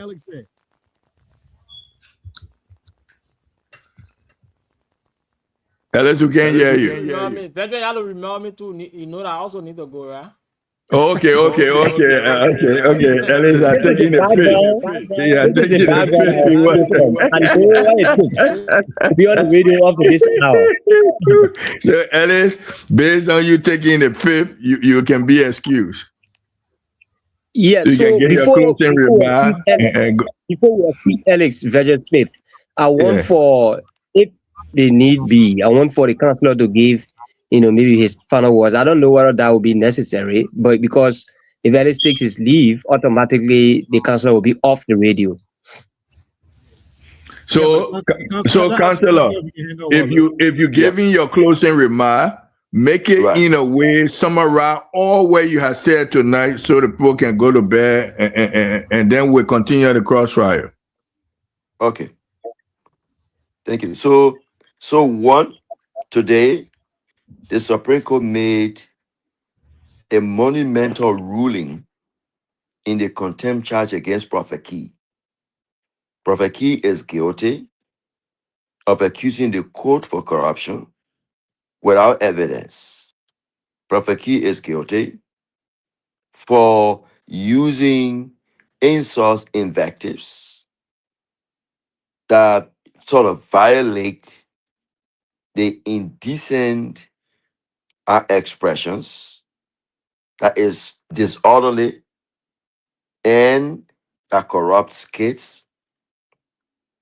So Prophet Key was told to do three things. He will go to jail. He will write a letter of apology, publish it 5 days in a widely read newspaper, 3 widely read newspapers, and then he will file a behavior bond with the clerk of the court. Our analysis of the situation is that court ruling clearly says what constitutes free expression and what constitutes the abuse thereof. And the fact that Prophet Key can make an accusation without backing it up with evidence, the court said that constitutes a violation and abuse of freedom of expression. The court also warned or advised people that nobody should be afraid, because when you criticize the court, you can say the court is wrong. You can say we disagree with the court. That is not contemptuous. But if you make an accusation to the extent that you undermine the authority of the court, you bring the court, and you make the confidence in our court to be low, and you castigate the judges in a way that they are not able to perform their work in a very respectful manner, that constitutes contempt, and you can be held responsible for it. Because those are the issues. On the question of whether people will bring additional charges against Prophet Key, if you have to do that, you will not have to cite this. If you have a violation in the past, you may not be able to cite this ruling because that ruling was made today. And so you can't go back to something that happened and bring a ruling, a case based on what has been done today. But this case serves clearly as a deterrent for the rest of the people who use social media to insult people. So those are the issues that we are dealing with today, that we are trying to explain to our people, that it's important for you to continue to criticize in a respectful manner, without making accusations that do not have justification or do not have evidence, and you will be held in contempt. And Councillor Zinyan, before that's a good point to summarize everything. Going to jail was the only remedy the court could have given. Then you conclude everything, then at least go to bed. So it's only going to jail is the only remedy under the court jurisdiction. I think contempt is punishable by a sentence, a prison sentence. That's the key punishment for it. And so he go for jail for 6 months. Okay. Thank you. So still, Councillor, thank you for everything. Our guests, our callers in Monrovia, we're sorry that you have to go, but in the future, we have an opportunity where you want to remain with us, you can remain, but our technical person have to go. So you can still join on our WhatsApp, and if you have a way of joining our Facebook and listen to the conversation. But on the radio, television, we got to cut you off from there. So thanks for being part of us. Veteran Smith, they are still with us. The only thing they're not going to be able to get us on the radio. Oh, okay. On Facebook and YouTube and the website. Okay. Yeah. For Council, Okay. hope we are not inconveniencing you, because I learned that you have a case tomorrow. My man, Abibu, you want to be the lawyer for the man again? Hey, man. So Alex, I can be a lawyer for a lawyer. So Alex, you want to say your parting comment before you leave us, so you can hold up for contempt? I know, right? All right, so let me say many thanks to all of you. I hope to join you next week, Monday. But Councillor, before I go, I just wanted to understand something from you. Because no, I also go back. I mean, just get it clear, because other people listening will still be like, on the other side, people been saying you were charged because in Marcos and you were sent to jail. So let make it clear to everybody. This is what I wanted to understand from the council. Why were Prophet and Robert Q already sent to jail for today? So there are two things for which Prophet Q was accused of. Prophet Q said that the judges were corrupt. So Alex, color your microphone. Yeah, Prophet Q said the judges were corrupt. He said specifically the Chief Justice had gone to America and was soliciting money from party litigants. And then he insulted the Chief Justice, ma'am, based on what he called the reckless attitude of the Chief Justice. And it was on that basis that the court held him in contempt. They called him to come before the court. But the court argument is that when you say that the court is corrupt, the judges are corrupt, you make them small in the eyes of the public. You make people not to believe them. And by making people not to believe the court, it means that people will not go to court again. It means that you undermine the court, you undermine the justice system. You destroy Liberia. So it's not just a court alone. So that's why the court held him. But beyond that also, that when you open a group on Facebook, that children can go on and they can listen to you, and you be causing man cause, it means that the thing you're showing to the children is bad. And that's indecent. That's disorderly publicly. So those are the reasons why they held him. So they put him in jail for 6 months. And they say he should file a behavior, but then when he comes back, when he goes on Facebook, he will not insult any longer. And you will write a letter of apology in 5 3 newspapers for 5 days. So those are the issues. I mean, I feel that all of you. Alex, we're not hearing you. On mute. Mr. Nimo, training. Yeah, so like I said thanks to all of you by taking upon their own time always to be on the show and to educate our people. I hope to join you guys on Monday again for another edition of the show. I beg to differ. So thanks all of you, and this I'd like to leave you. Thank you, Alex, for the excellent work. And thank you to I think I want to join Alex by extending my appreciation, and I think we'll join the conversation on Monday. Oh man, you got nowhere to go, man. Tomorrow, Valentine Day. Yeah. Where you going? I still need to go and hustle tomorrow. Tomorrow. Okay. We'll let you go. Yeah, on Sunday here, I'm entitled to rest. Okay. All right. Yeah. Okay. We don't see you. It's good to have you, and we'll be in touch. You are a great man, and we have had an interaction before. I appreciate the lesson today. Yeah, we had a great show. Councilor Zion left already? No. Councilor Zion? I think he stayed there. The picture. I think he did. Yeah, Mr. Nimo, you will come on to ask your question, but one of the questions I wanted to put to the councilor when he come back, with all contempt, were there other way they could have punished Prophet Key, or the contempt was the only way that led to everything? That I want for him to go deep into that in the crossfire. I'm not even going deep into that. Mr. Nimo, why you know?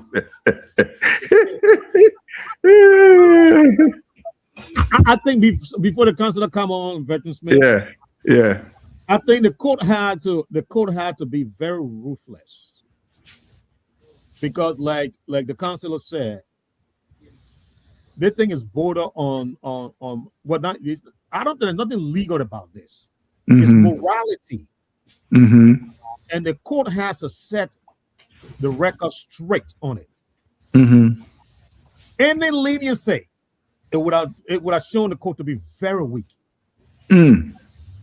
And that so the very survivor of the code were in question. Is that what you're saying, Mr. Wright? The very survivor of the judicial system, they were in the wall. They were behind the wall. They had to get out of that wall. They had to. And you raise a very good point. And hopefully the council will come back and talk about this. Yes, why? Because remember now, everybody has complained about Prophet Key. Prominent people has taken this man to court, and he has walked out scot-free. That man has insulted sitting president. He has insulted prominent people in the community with absolute impunity. There is nowhere left. There was nowhere left for this man that was deemed untouchable with his invectives. Nowhere. The Supreme Court was the ceiling for Prophet Key. People needed to understand this. The Supreme Court was the last stop. If that man had crossed that, Prophet Key would have owned Liberia. He would have owned Liberia completely. His following would have quadrupled. The man would have gained so much popularity more than any other person in that country. Nah. That's why it was important that the court came out the way it came out. Now the court asking for him to explain why he shouldn't go through contempt. If you were Prophet Key or Mr. Nimbo, what kind of lawyer in Liberia you were going to bring in front of the court to help Prophet Key? And the outcome would have been different. What kind of lawyer you could have called? Would Gonglo, who have done different? Is that me or Nubo? Nimbo. Okay. Who you are going to call to help Prophet Key when they call him for contempt? Put on your legal cap. Who lawyer in Liberia you are going to bring? Prophet Key was not to say that he didn't have any lawyer. And these people here, the Gonglo, the Sion, they are to show our people, show our Mm-hmm. lawyers. Mm-hmm. They are not there, to talk about what is right. They are not Mm-hmm. there to talk about a Camara law. They are Mm-hmm. not there to talk about the right of free speech. They are there to work for the peanuts that they will get tomorrow. So why you think I'm I still come in, you answering your question. Why he couldn't call Gumlo and he said he didn't have lawyer? What Prophet Kisco had said, you give me one day to get a lawyer. Why he couldn't say that? I say, Fred, you have to be independent. Don't ask me But I asked him a question. I didn't say anything wrong. I said why he did not he couldn't say I want Gunlow or I want another lawyer. He could have rejected the public lawyer given to him. He could have said I want a different lawyer. Why he didn't do that? That's the question I put into you. Why he couldn't do that? I'm telling you, I'm not Prophet Key consultant. No, I mean, if we're hitting high, if we're hitting high on the government or we're hitting high on the judicial system, then you have to say why Prophet Key couldn't do that. That's why I put him, because that's where the problem lies. I'm not a lawyer. I'm not his advisor. But at least you admit that he made a mistake. No. I'm not saying you the advisor. Oh, I want you to say you are definitely around. No, I'm asking you. No, I'm asking you to be fair enough.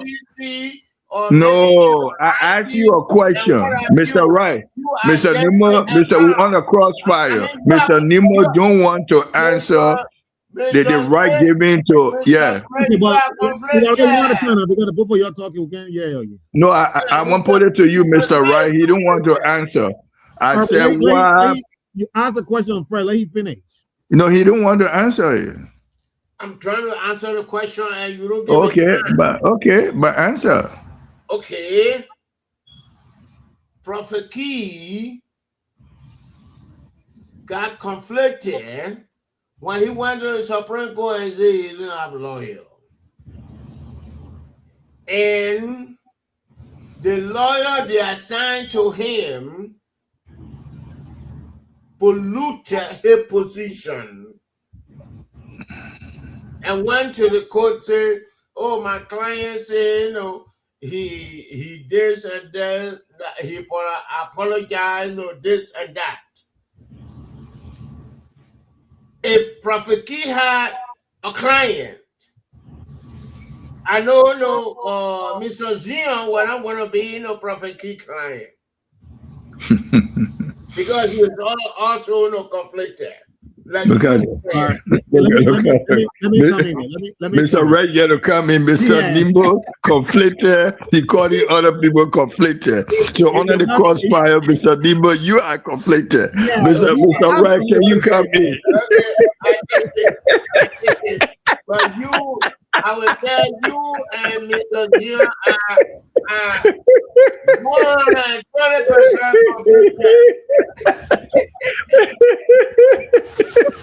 Mr. Wright, can you help bring some kind of help to Mr. Nemo? He need all the help.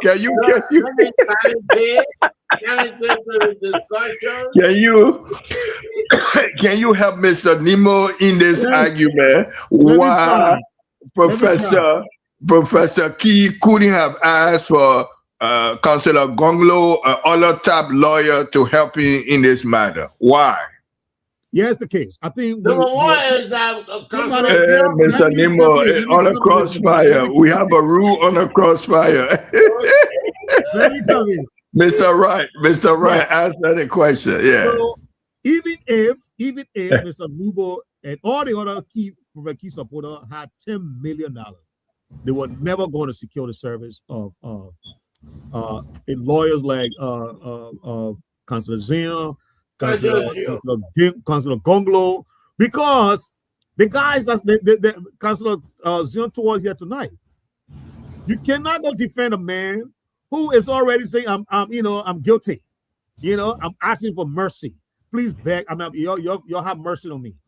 You know what I mean? Look, the man went to the court, Veteran Smith. Yeah. He said, I don't have money for a lawyer.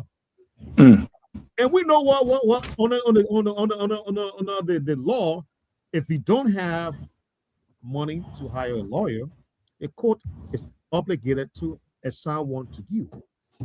And that's exactly what the court did. Yes. Mr. Newman was supposed to get ahead of this thing. Mr. Newman been dealing with Professor Key. Professor Key that his son. He could have said, I heard you're going to the court.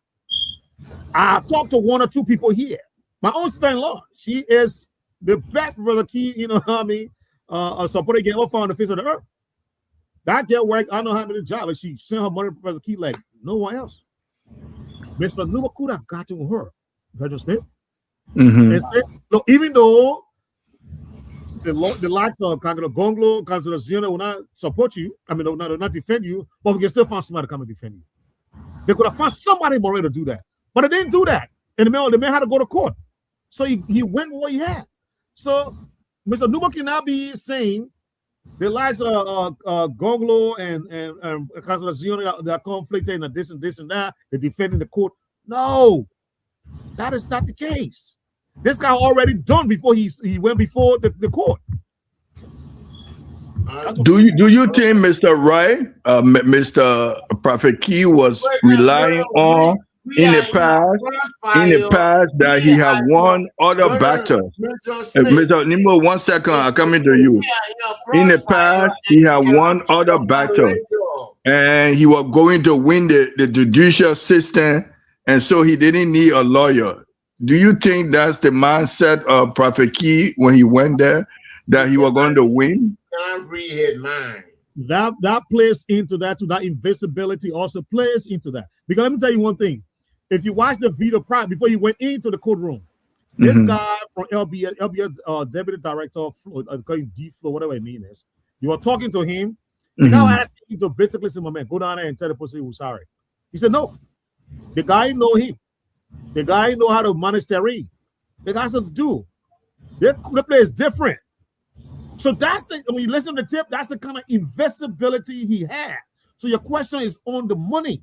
He thought he would go in there and cajole the justices, just like he has done with all the other cases before this one. But he was playing with the wrong, like one of the elders said. The elder said that Eric, the some soup you can eat, it can run your stomach. Which is true. And that soup, he said that soup will run to the king's stomach. He will never eat any soup like this soup again. And that's what happened to him. And when knocking there, no, Archie? At the top of my laptop. So will he have a regret? I'm coming to you, Mr. Nemo. I mean, I'm coming to you. Fire, we don't need one. I crossfire. I'm coming to you. We don't need one retro now.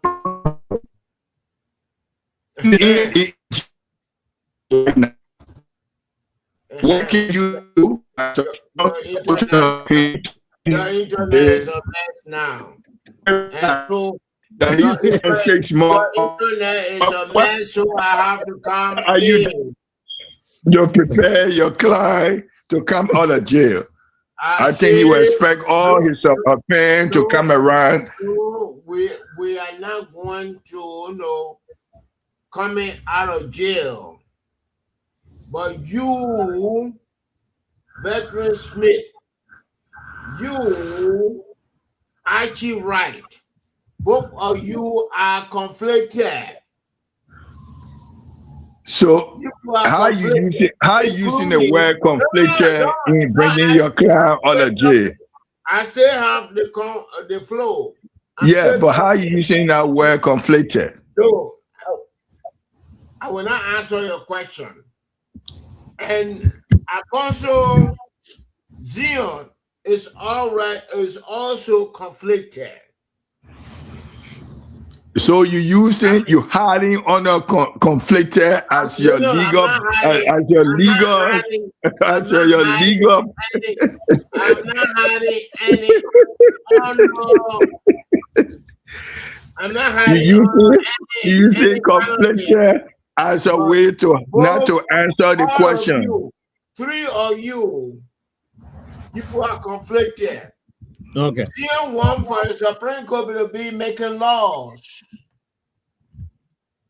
And it's not the duty of the Supreme Court. It's not the duty of the Supreme Court. Abdullah Kamara law, we have it. And I don't know, mute yourself, Fred. Fred, your connection is bad. Mute yourself. Okay, I'm saying, can you hear me now? Abdullah Kamara law, we still have it on the books. Can you hear me now, Mr. Right? And yeah, Councilor, and Councilor Zion is ignoring that. And you are ignoring that. And I believe No. is ignoring the law too.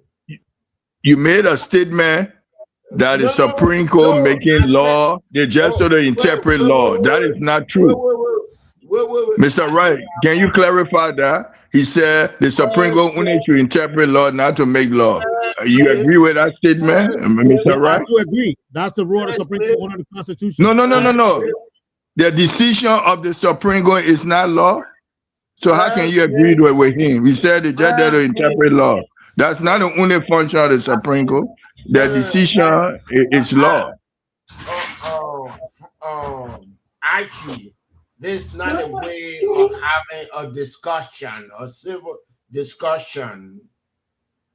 I said, so, Mr. Wright, the Supreme Court the Supreme Court not only to interpret law, the decision of the Supreme Court is law. So they're not just only to interpret law. You can't agree with Mr. Nemo. Decision of the Supreme Court is law. So they're not just only interpreting law. They make law. The decision today on Prophet Key is law of the land. So I can say only to interpret law. You can't say that this man try. And Mr. Nemo trying to win points out of you, Mr. Wright. Don't allow you to make you. Yeah, you can't just say only to interpret law. It's to make law. The Supreme Court make law. The decision are laws of the land. Yeah. So, Mr. Wright, I know you're trying to help him, but you can't help him in this case. The Supreme Court make laws, not only to interpret law. I know you're tired a little bit, Mr. Wright, but don't help him. Don't help Mr. Nemo. You're looking for sympathizer.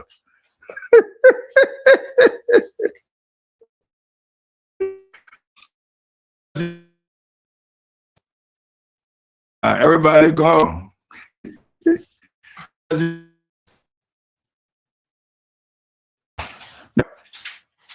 Everybody gone.